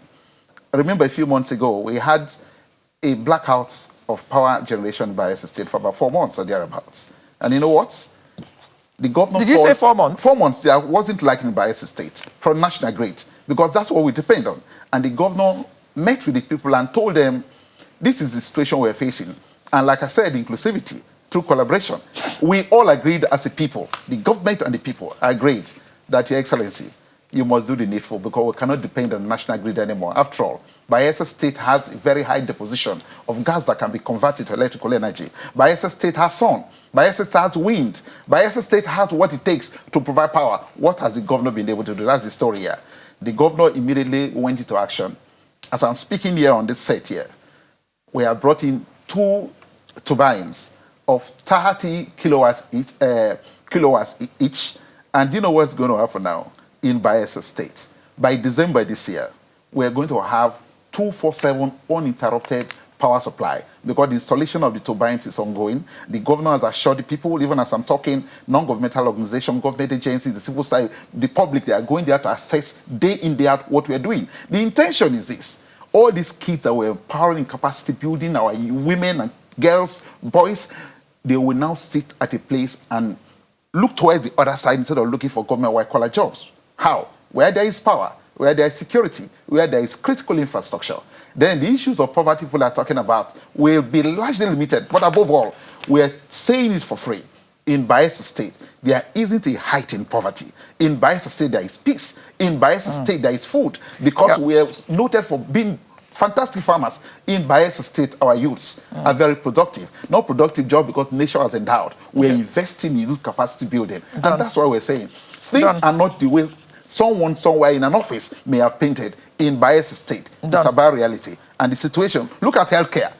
If you look at healthcare in Bayelsa State, the comprehensive health insurance scheme. We are told that approximately 40% of Nigeria's oil comes from Bayelsa. Fantastic. So if we consider what Bayelsa makes from derivation alone, not to talk of the other, what they get, when they all go to share money in Abuja. Yeah. One would actually expect to see a lot of development in Bayelsa, because money doesn't seem to be Bayelsa's problem. And money has never been the problem of the Idris administration. I'm glad that you agree. What has been the concern of the Idris administration is the hunger for development that pervades the land. Because virtually every sector in Bayelsa State requires attention. The governor met with the people in course of his electionary campaigns and agreed in principle that everything should be in the ordering of pyramid of needs. If you get to Bayelsa State, there isn't a local government and a locality in Bayelsa State that will say they have been left behind in terms of strategic development in Bayelsa State. You just said here that about 40% of Nigeria's wealth come from Bayelsa State. Oh, it's so heartbreaking as an Ijaw that so much of the wealth of this country comes from there. And the question is there a kilometer of federal road in Bayelsa State? So is it a way of damaging, the construct of patriotism in this country? So who in this country has been that leader from the First Republic to date that Bayelsa State has it? But let me tell you for free. While that is valid, just a quick one on the issue that you just raised. 92.17% of Bayelsa's revenue comes from the Federation Account Allocation Committee.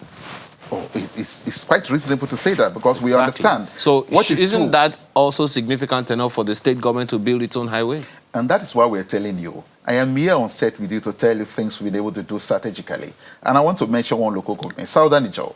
Southern Ijaw has so much of oil, gas, and every other thing that Nigeria gets as national income. But you know what? Southern Ijaw is located at the bottom of the Atlantic, and there has never been ruled by the federal government. The Idiri came, and we want to give special thanks to the former governor, the immediate past governor of Bayelsa State, Senator Henry Dixon, who saw the need and the imperative for us to connect the 3 senatorial districts of our state. As we speak today, Southern Ijaw, Upruma is the headquarters. You can start from Yeningwa and you drive to virtually many fronts of Southern Ijaw. And you know what? We want the world to go and see the bridge that the prosperity government of the Idiri is building along one of the widest rivers you can think about in our area. And you know what? Aside that, we have been able to carry over the equipment so that the road is going. The intention is to hit communities like Oporoma within the ending of this year, to get to Kubie, we get to the depth of the Atlantic. You can drive from Yenigua to Sagbama Ikremona as we speak. And let me also tell you another one that is shocking. Over the years, we've been hearing of the rich cultural and economic image and heritage of the Nembe Brass people. No road. The former governor started it to Nembe. But do you know what we are doing now? Taking a road to the Atlantic is not building a road in Abuja or Lagos. You can imagine what it took the Lagos state government and the federal government to have what we now have, the mainland bridge here. You know what? No, let me just say this very please. Yes, please. Now, what we are doing is building a road from Nimbe to the depth of the Atlantic, connecting the brass people. Because in the course of our campaign, the brass people told the governor, number one is security. The question is what has happened. Brass is very safe. Bayelsa State is safe. The next thing they said, we need roads. And the governor looked at us and said, can we do it? They said, yes, we can. And that is why in Bayelsa State, we are building a road under this government, taking it from Nimbe it's the social to investments that I'm particular about, Mr. Varada. The social investment in the people. Yes. The Bayelsa State gets the highest amount of money from the federal government. Yes. It will seem like the proportion of dependence of any state in the country, Bayelsa has the highest. As of 2023 was 92.17%. And one is wondering, even though Bayelsa State, of course, also produces its own, generates its own revenue. Yeah. The question is the social investment in the lives of the people. Yeah. And not just about infrastructure and all those things. When people, you just spoke now about people building, starting businesses and all of that. At the end of the day, it's how the lives of the people are directly affected, how they look, how they feel. Yeah. That matters. Yeah, I think let's say a few things here. Number one, health service delivery in Bayelsa State. Well, we're talking about the social responsibility of government to impact on the people. Over the period we are having the Bayelsa State Health Insurance Scheme, just like in the UK, in Bayelsa State, every person, not just civil servants, has access to affordable healthcare.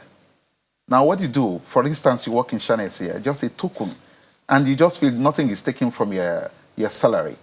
And you know what? If you have 10 children, all of them can go to the hospital and be treated of all ailments. That is what is happening by Bayelsa State. It's not what we're saying on TV. So what are we doing? We're trying to build a new health structure in Bayelsa State. And note, we don't just do that based on government institutions.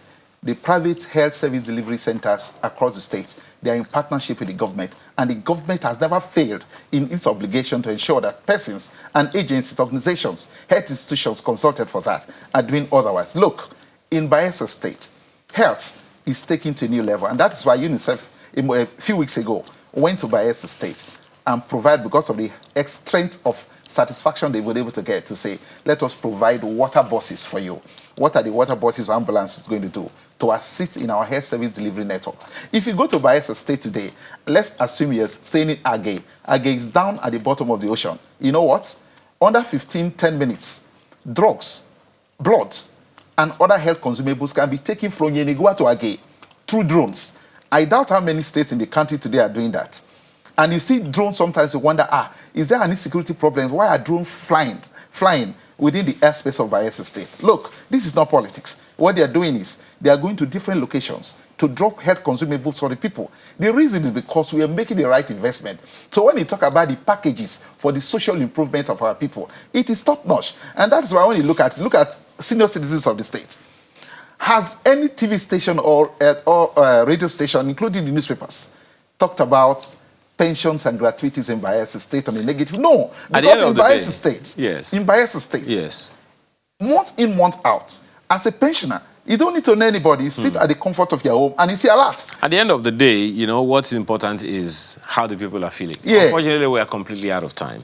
Even though, in all of these things that you said, Bayelsa State's total debt burden stood at approximately 127.67 billion naira. Well, there is no country or state that doesn't have its own debt burdens.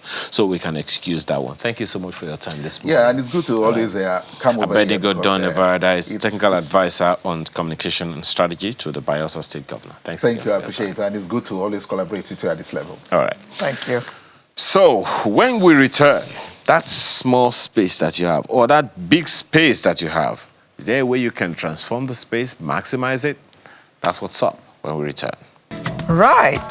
So, our lifestyle segment today, we'll be looking at transforming spaces. Like my partner said as we were closing the other segment, you have space. Big, small, triangular, rectangular, and you want to make something. Find me the word, please. Find me the word. Find me the word. Different. Different, something thrilling, something exciting. Something renewing. Out of it. Yeah. You know, I have this bad habit. Wherever I am, my room, my office, whatever, I turn the office around almost every time. And then after some time, I get bored again. Yeah, there are many of us who do. Keep moving the furniture around, and the place looks different. So, if you have that kind of space and you don't know what to do with it, the person to ask is right here. Mrs. Omomi Ogunye, CEO, Beverage. Good morning. Good morning, ma'am. Good morning. Nice to meet you. Good to see you. Good to see you. Beverage Designs. You want to help us to design our room? Yes. Okay. We are the right people to call. Okay. One of the things that always comes to my mind is, because, you know, we hear these things said often, Alero, that the answer to the question is in the question. It's in the question. So it is possible that the problem that somebody needs to solve is right now in their room. What are the things that people miss, the benefits that people miss or lose sight of in their own homes? Okay. For you to have a nice space, a functional space, an aesthetically pleasing space, there are a lot of things to do. First is depending on your budget, actually. There are high, medium, and low budget. But for today, we'll be focusing on medium to low because of We understand, the situation we of the understand. country. So if you need to design your space, move things around, make it have a fresh, new look, and you do not want to spend much, there are quite a number of things to do. First to consider is a fresh wall, a fresh coat of paint. That can be a game changer. For example, as simple as it is. For example, having a neutral colored wall opens up the space. Take, for example, a warm white color.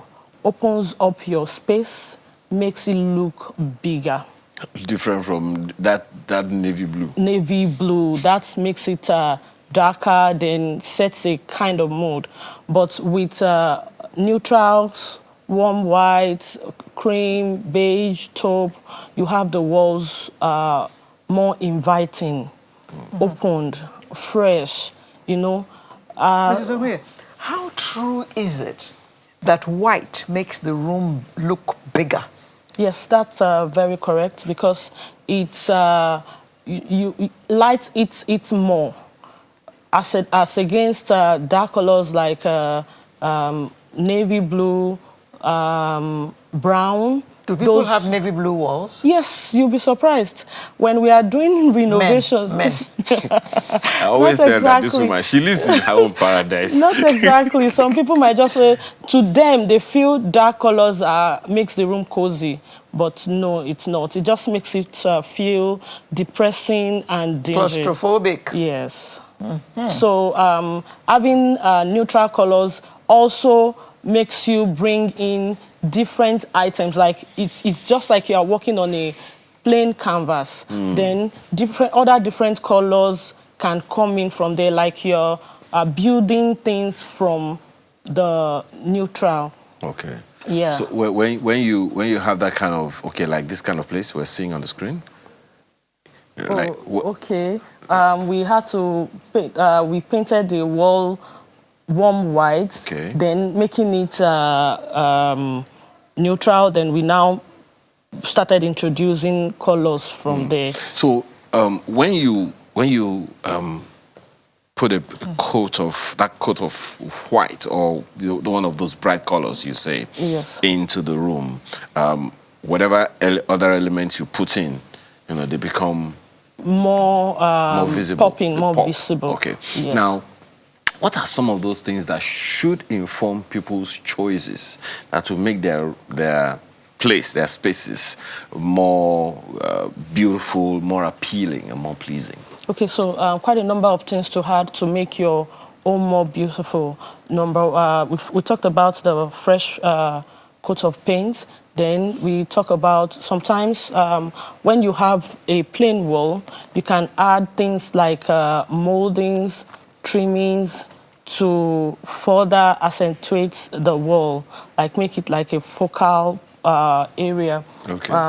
In that project, we have the wall moldings by the bed, then we have The wall what? The Molding. wall molds, yeah. Molds. Yeah. So it just does not Some kind make of the frames, right? like the frame. It just does not make the walls look Plain. flat. Okay. So it adds a bit of texture, character to the wall. Then aside that, you can make use of fresh plants. Make use of plants. But those things are costly. No. Madam. No, It's not the fly, hibiscus flower, I'll go and plug beside the road, though. No, so you can even use live plants if you are able to take care of them. But in the case where you are busy and you are not able to do that, there are quite a number of artificial plants that you can use, and they are budget friendly. It depends on the type and how you, the kind of pots as well that you are using and how you place them. It just gives the room sort of height as against having everything just flat. So when you have the plants, you can, against the wall also, you can have a shelf to just give it the height. When you are moving into a new space, you just have the furniture in there, everything is just flat.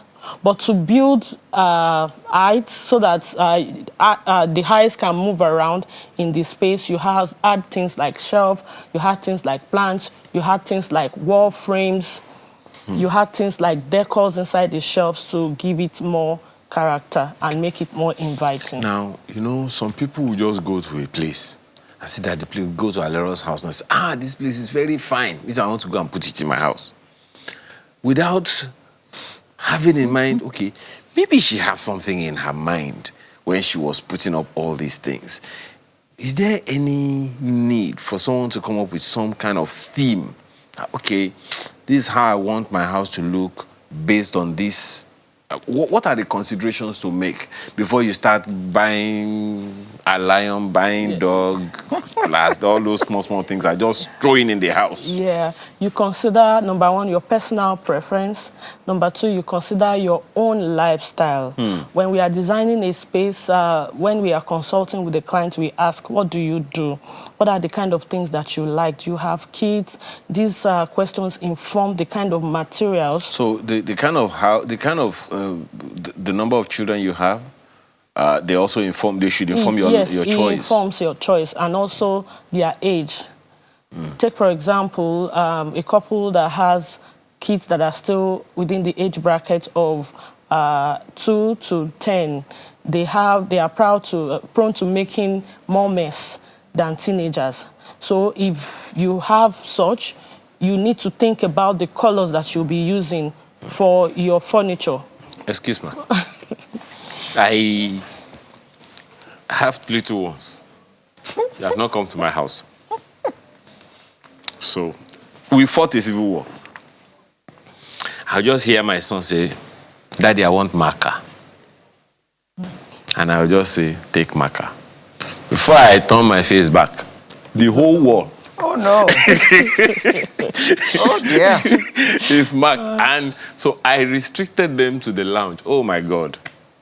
You will just know that this is the Federal Republic of Children. Yes. So I'm saying that to say, in such a situation, what should the average Lagosian or parents or Nigerian or whoever do when because they still have to make the home beautiful. Yes. Okay. So in cases like this, you have to look at, as much as you're looking at your budget, rather than use emulsion paints, you need to go for paints that are easy to clean. If you don't want to be applying coats Silk. The all the so-called time. gloss, So you Abi? look at the silk as against gloss. Gloss will make the place hot. Okay. They are silk, they are satin. Those are easy to clean. Just dip damp clothes in soapy water and wipe in one direction. You are able to take out the paint or the marker. So you consider that as against going for the cheaper option of emulsion. So if you are using emulsion, it will not go out. So you have to paint and paint all over again, as against using the silk that you paint once, then you can remove. Maybe after another 3 years, you now apply again. So that is part of the things that you consider when you have kids. Then your fabric type. For the furniture. chairs, for the furniture. Okay. For the furniture. Either you go for leather. That costs a bomb. So we have synthetic leathers. But the only thing is you might have to change after 5 years because over time it starts to crack, or you go for the real animal skin leather. Then aside that, we have the new book, those that has the look of leather but is also fabric. Those two are easy to clean. Very important that you go for items that are easy to clean, materials that are easy to clean while making your furniture. Then you don't go for light colors. You go for darker colors that hide dirt. You can go for That's when you have growing children. That's when you have kids in these age brackets, between 3 and 12, so that your furniture lasts longer and you are not just changing. And aside these things, there are other things you can do to make your home look good. And scents, very important. Home scents is very important. When you walk into a nice restaurant, a nice hotel lounge, the first thing you perceive is how it smells. How it smells. It's welcoming, it's calming, it's soothing. So you can incorporate that into your home too. When people walk in, it smells nice. So those are the things that can make your home look good and also contribute to your own well-being in the house. What are the best colors to paint your bedroom? Neutrals. Beige, grays, taupe, just neutral tones. Then it depends on the person that wants to use the space as well. But going with neutral tones is more calming. It's not loud. It's make you sleep better. As against using, you don't use bright white. Again, most people, they make that mistake of using just white. White is too brilliant, it's too bright.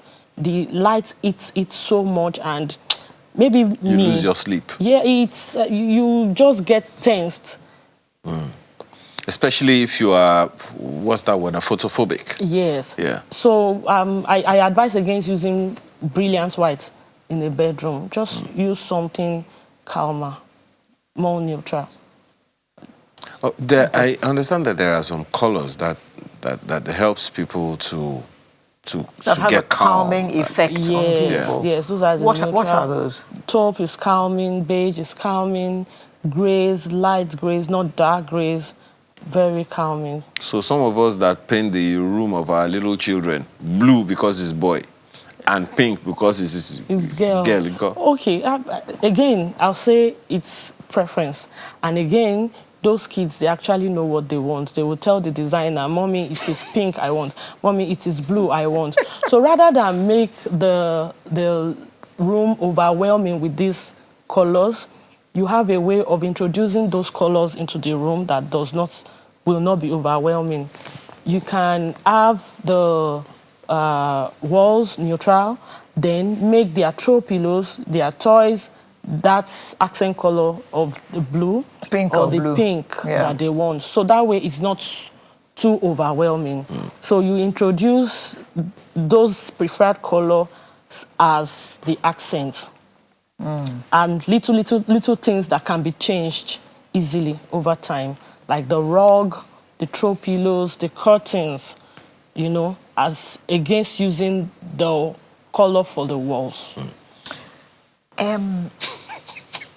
You know, I told you that men are very strange. They can have navy blue walls. Walls. Can they also have black walls? Yeah. Some Have you people seen somebody with a black Yes, wall? in fact, Eh? we have special requests. They say they are macho men. They, Because I know some guys who sleep on black bed sheets. yes, there are requests like that. Those are the kinds who can have black wall. So everything is just black. Dingy. Is it a shrine? The devil has come to visit. It's still this personal preference that, you know, everybody Black has walls? Black walls, yeah. Men, most No, especially. Then some studios. Yes. Studios. Okay. Yes. That I Studios. understand. Yes. It's But black walls? Yeah. We're not talking about you. Okay. Now, how about furniture? Okay. See, I'm asking this question because there are some startups, you know, some people who are just starting their homes, starting their families and all. Young couples. Some young lady or young girl who's just about to start their lives and they have no idea what to do with the space that they have.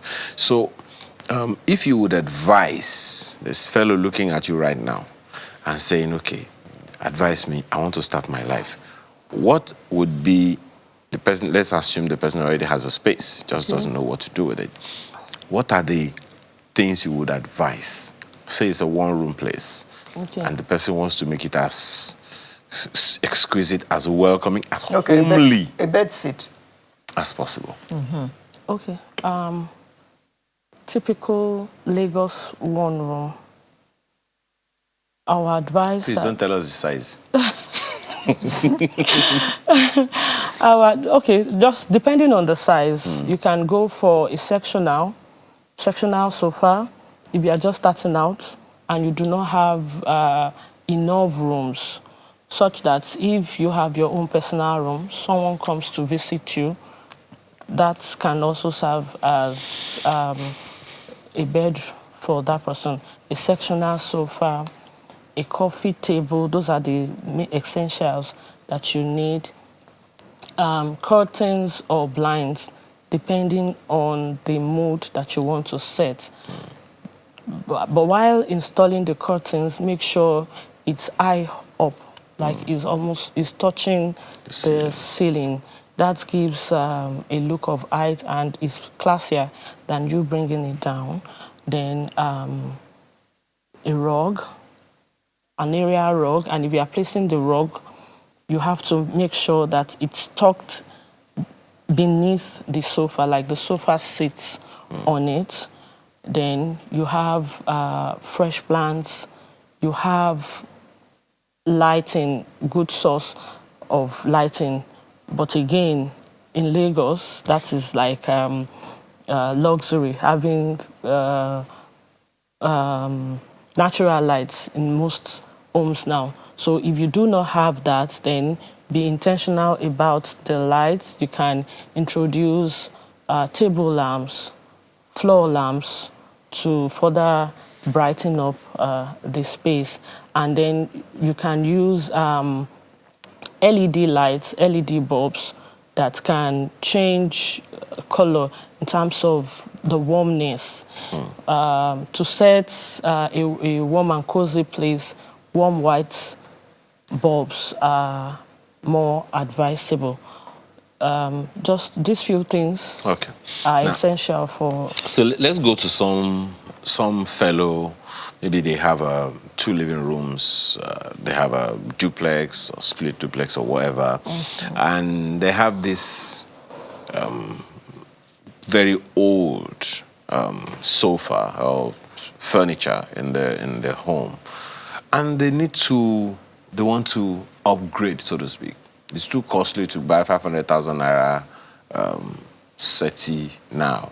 They need to cover it or, do something new to it. What are the things you would advise? Okay, let's say their children are in their 17, teenage or even in their 20s.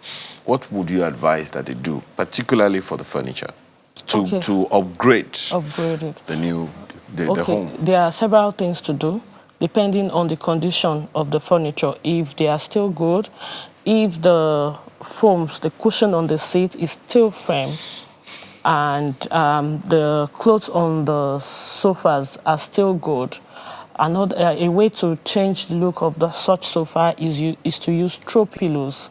Okay. So you use throw pillows to further give it a nicer look, and you also use throw blankets. So you just drape the throw blankets across the couch. It just gives it this cozy look. And then while using the throw pillows, you're making sure you are not using a single color.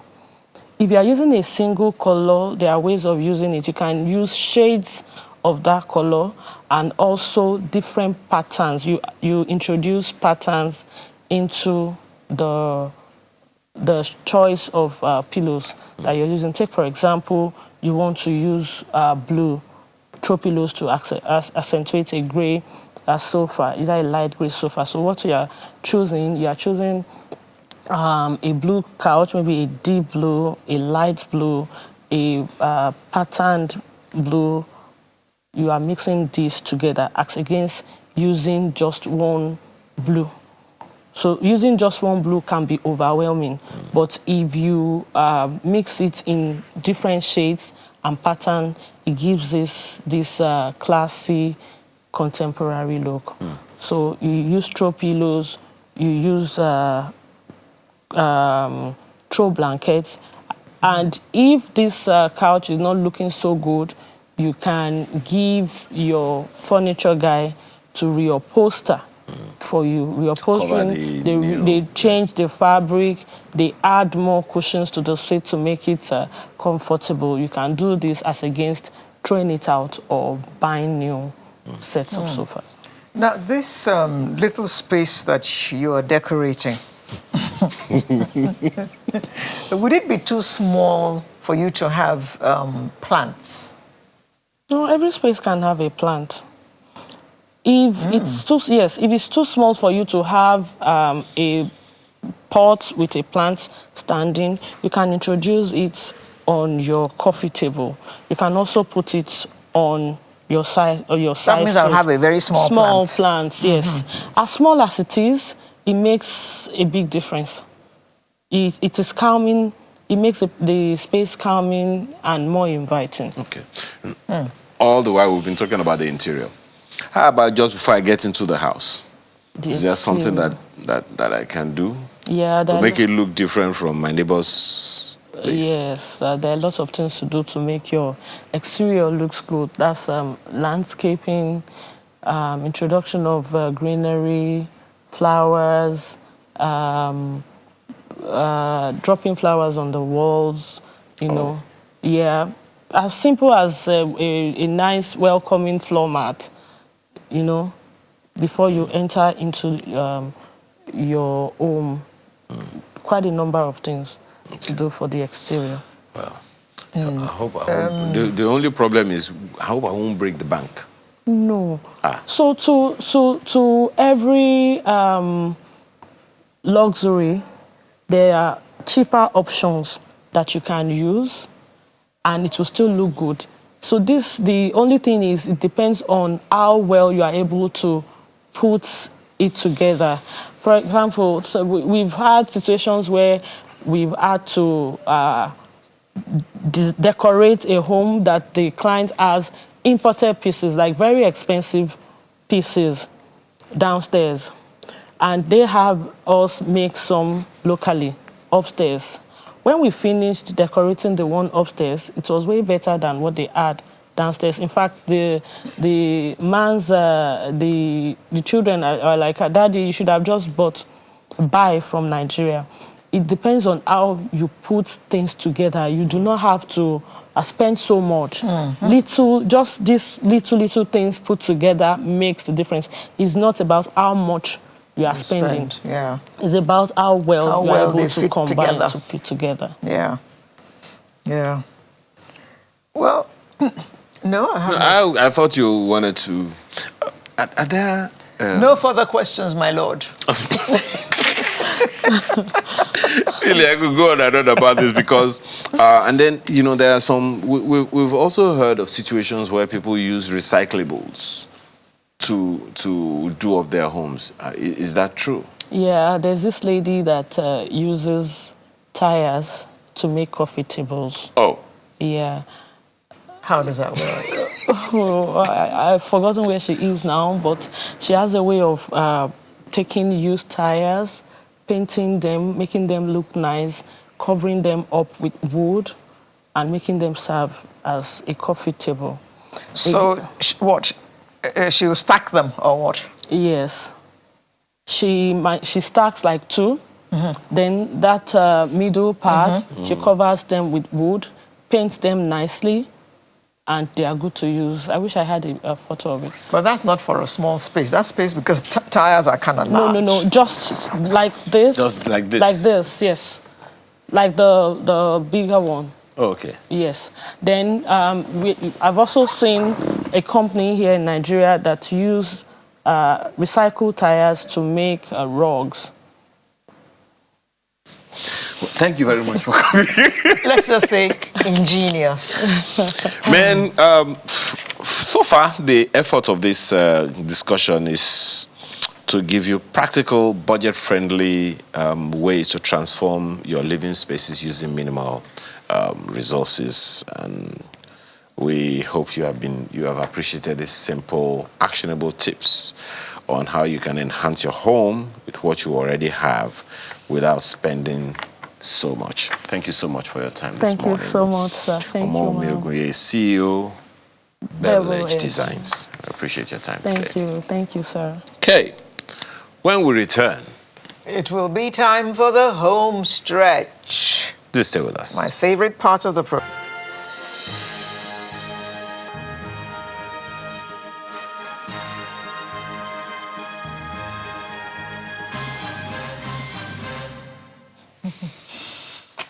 Thank you for having stayed with us thus far. This is the home stretch, and I've got no marks for guessing who our artist is for today. Now, you all know him as Funky Malam, but his name is Saheed Mohammed. And he's a Kannywood singer, actor, and comedian known for playing the role of a Hausa Muslim scholar in popular television, soap opera, and movies. Good morning. Good morning. Funky. Yes, man. No, please. Punky. Punky Malam. Sorry, Punky. Exactly. Ah, yes. I apologize, Punky. Punky Malum. Punky Malam. How my body? Body is so good. Is it good? It's good. Why are you asking how your body is? But prove it.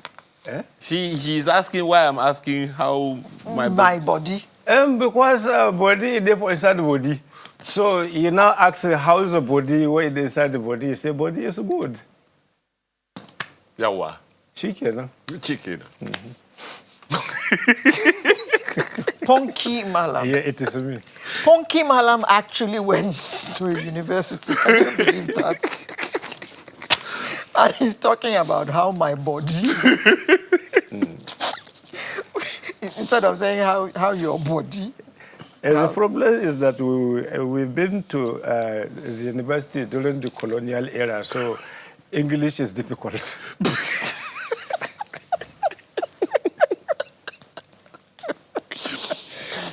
Thanks for coming. Punky, I didn't know that you were also a musician. Yeah, but not the contemporary musician per se. Which musician? I sing inspirational songs. Inspirational? Songs, yeah. Okay. I don't do love songs because actually I used to ask myself if love exists for real. Well, we love you. No, yeah, that's a different aspect. But when you call somebody to stay as you know, they call boyfriend, girlfriend, or husband and wife. Does it really exist? Yes, it exists from the time you're having your maybe courtship, but after sometimes you become just ordinary friends. But you live Well, together. I see what you mean. Exactly. Because if you don't marry your friend, then you are in trouble. Exactly. You are in prison. Exactly. You are in trouble. Exactly. Exactly. Well, Punky, you know, before you go today, we're going to ask you to do some of that inspirational singing for us. Yeah. Because I don't think I've ever heard you sing. Okay. And I would love to hear, but not yet, not yet. Yeah. Tell us about how you got from studying mass communication into comedy. Yeah, as a matter of fact, this is a story I've never told, you know. I know when I was in Delta State, Agbo, you know, as a teenager, we used to go to cinema. What were you doing in Agbo? Oh, Lord have mercy. I was born in Auchi, and I started my primary school in Agbo. That's me. That's me. That's why if I say, Ore, people didn't know what they talk. Ore. Ore. It's like when you are in Warri, say shoo, but in Agbo it's Ore. Really? Exactly. Okay. Yes, so you had your primary school in Agbo, and then? So in those days that we used to go to cinema, you know, that's what life has changed. What we used to do when we were kids those days, you can't do it now because of the insecurity in the country. You used to go and watch Indian movies. Not Indian, Chinese then. Chinese. So sometimes we used to form our groups, and then sometimes the actor or the guy is the boss, and then we'll now be doing seek and hide. Then if I get to, I kick you, and sometimes we cry and go home. But we keep learning. That's supposed to be playing, huh? Exactly. Ouch. Okay, you haven't told me how. From mass comm to comedy. From mass comm to comedy, yeah, I never knew I'm going to go into comedy, but then I knew most of the time I used to make people laugh, you know, because I hate being bored, and so I always want a kind of crowd whereby we would chit-chat and then we have fun at the same time. But when I was in Bayelsa University studying mass communication, I used to be a singer. You know, they called me Positive S. So that was when even Idris Abdul Karim, we used to call him Mr. T at that particular time. So so we'll be shouting, yeah. We didn't know he didn't know what he was saying.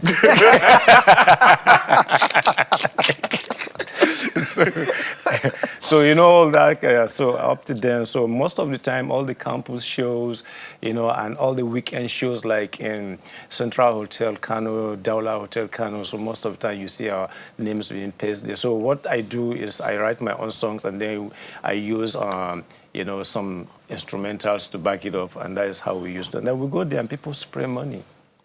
Do you play any instrument? No, I don't play instrument, but I play this in flute. Flute? Yeah, I learned that in Delta, yeah. It's a pity you didn't bring your flute along to accompany, because that's how we used to blow this Victor Wife.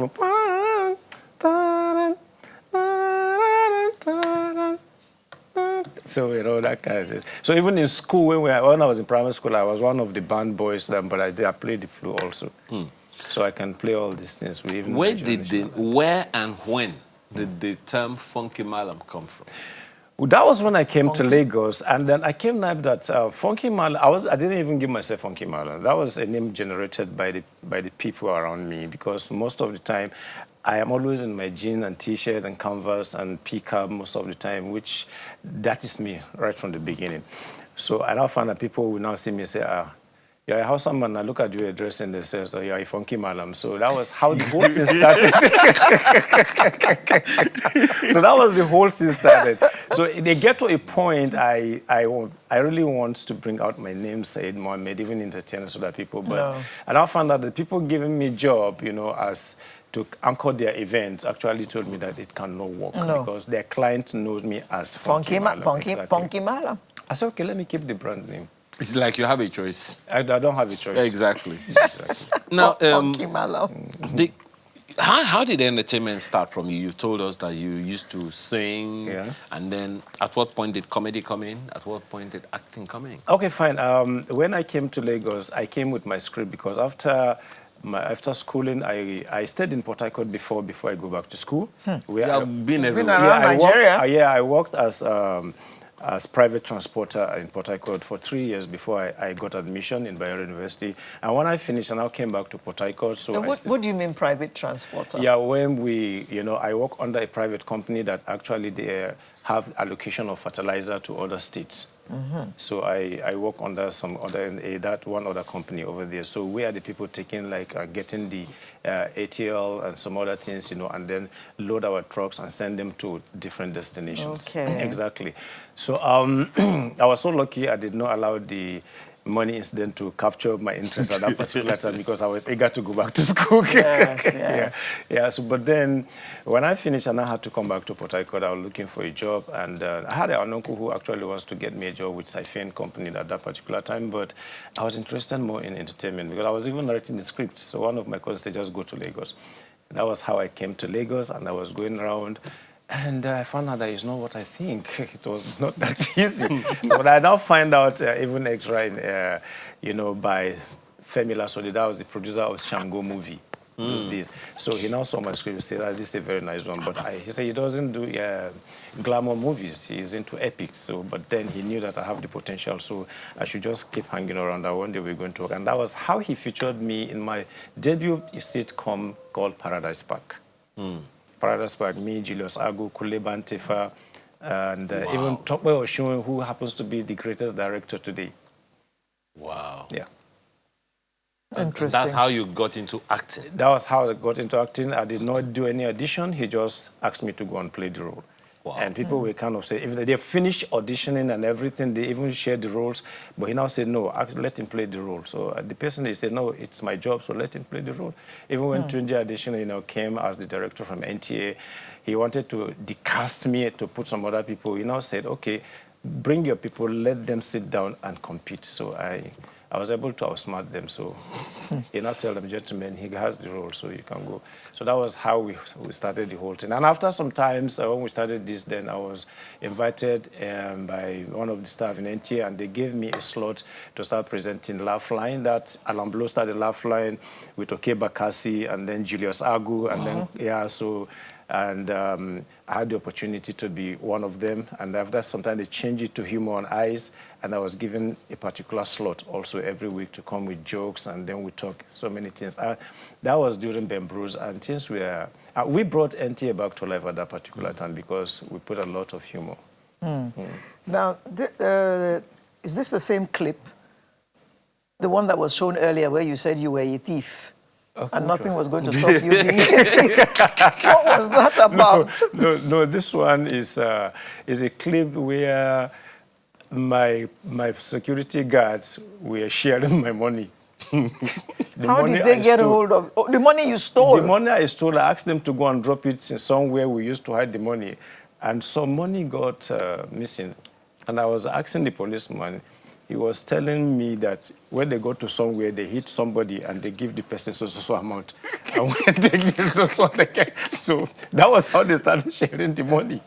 And I didn't ask them to give anybody my money because I've already paid them before election. Politicians. Exactly. But what was the message of that one in particular? Yeah, the message of that one was that if you think you're going to be collecting money from politicians or some other items, then definitely you are engaging your life because you are engaging your life because at the end of the day, he felt that he has spent a lot of money on you. And so he has to recoup his money by the time he gets to that position. And how is he going to get it? He's going to feed himself, feed his family, and feed his sponsor. So the remaining one is the one you people are going to share. Interesting. Yes, so that one where you said that you were a thief and you couldn't help, nothing was going to stop you from being a thief. Exactly, yes, because if I go there, I'm going to steal. That's why I'm giving you your own. Without sharing now, I don't give you, I pay you in advance. Jeez. Oh dear. So, exactly. What next are we to expect from you, Punky Malam? Yeah, what you're going to expect of me is that we have a movie that is about to hit the cinemas recently. That was my debut in speaking Igbo language in a movie. Eh? Igbo? Yes, Imported Wives. which was shot between Nigeria and Canada. Though, unfortunately, I couldn't make it to Canada to shoot because the director called me lately and I don't have visa. So before the visa procession, then it was too late. So they had to just go on. But it was star-studded movie. Me, Nancy, Omonioboli, Mama G, I know so many other and this guy that is in US, Benjamin, Joseph Benjamin. Okay, okay. Yeah. So what is it about? You are importing wives? Yeah, okay. I'm just Well, saying. Important Wives is a movie that actually delves profoundly on the migration and culture. We got into a point in Nigeria where somebody just come from abroad and say he wants to take you to abroad between maybe Europe, US, or UK, and you don't want to know who that person is. You don't want to know what you're going to do there. You just become so excited that you want to leave Nigeria. And most people, by the time to get that place, because they went unprepared, that is when their life problem starts. Exactly. Now, this is a young man who actually comes from Canada, and he felt he could not marry women over there because they are not well mannered, they don't have culture. You understand? So he had to come back to his village, and when he came back, he was opportune to even got an educated woman who happens to be a doctor. Wow. But because she didn't know what she's going to do there, she just wanted to get married and go to abroad. So when she get there, her mind frame, so she now came across peer groups who actually reconstructed her thinking ability to become one of them over there. So she now started becoming disrespectful to her husband, and you know how life is now. So she started getting the shaggy over there.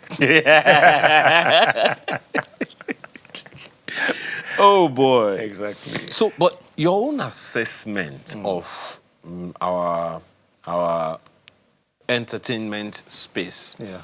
You have straddled the music, the comedy, and the movie segment. Yeah. What's your, I know you've been around for long enough and you've seen quite a bit. Yeah. To be able to say, okay, we're doing this right, okay, we have developed in this area, we're still having challenges in this area. For instance, the entry level threshold is so low.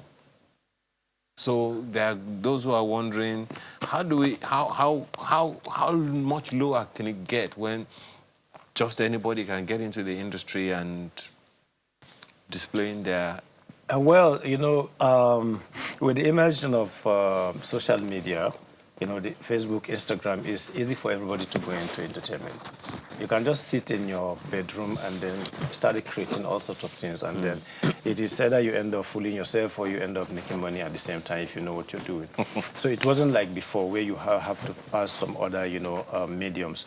And very scanty at that particular time. But then this time around, it's just open. But the whole thing has evolved and become so lucrative in one way or the other. But as you can see, sometimes it's like it goes up and it comes a little bit down again, because of the manner of people that we are, of which when something big comes, sometimes we fail to grab it and then make sure that everybody participates. No, I want to make it exclusively for myself and my clique. So at the end of the day, you end up not having enough fund to be able to sustain it. And then you don't want to open up because you don't still want other people to be part of it. And you think you've arrived, and all of a sudden the whole thing crashed. And that is what the system has been. That is why we're going up and down, especially in the movie industry. And still talking about the movie industry, one of the thoughts a good number of people have had is, look, there are classifications and then there are ratings. Yeah. In Hollywood, in Bollywood as well, and a number of other woods. The woods, all the woods, and Paco's them. In different parts of the world. Do you see a time where we begin to categorize and rate our movies as well?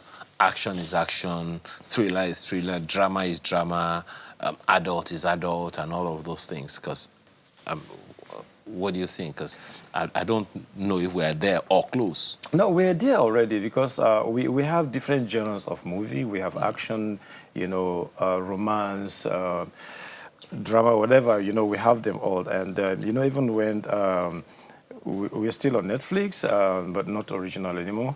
But then you see most of the epics that we watch today, some of them are, you know, actions, but then some of them are just the drama. But then we have a very rich storylines which actually captivate the whole world, and then you sit down and you want to see what happened from the beginning to the end, even the drama, because you really want to know what is going to end this drama.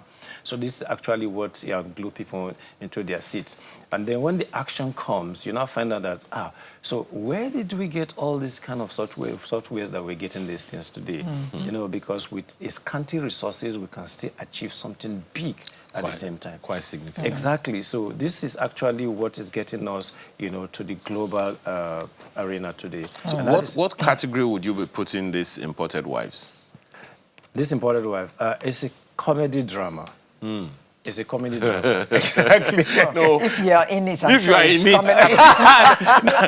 it. But don't make that mistake. I've been in some sort of, you know, movies that I played the bad guy. You know, I played the executioner of Boko Haram in like Eagle Wings. Oh. Exactly. And so many other movies, you know. There's something about... So it's not always comedy with you. No. You know, initially I was stereotyped, and I was playing only the comedy, and all of a sudden that jinx was broken up, and then they now stereotyped me in playing the bad guy again, and then I was always brutal. So it's like sometimes people now see them as, why are you this wicked? Well, the same way the same way KOK was exactly the blood-sucking KOK. Saeed Mohammed, popularly known as Punky Malam. You see? You know. Thank you very much Exactly. for closing Sunrise for us this morning. But I did say that you were going to sing. So just let us close the program and you will sing us out.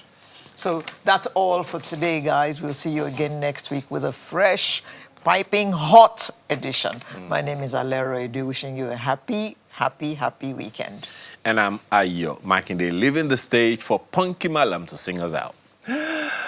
Wana matasa maza da mata, ai lokaci ya zo da ya kamata mu yi nadama. Da rayuwar duniya, ai in mu ne yau, ba mu bane gobe bayan Allah. In ba mutuwa ba, tsufa zai zo, mu bar giya da kwaya, mu watsar da neman mata, mu ji tsoron Allah.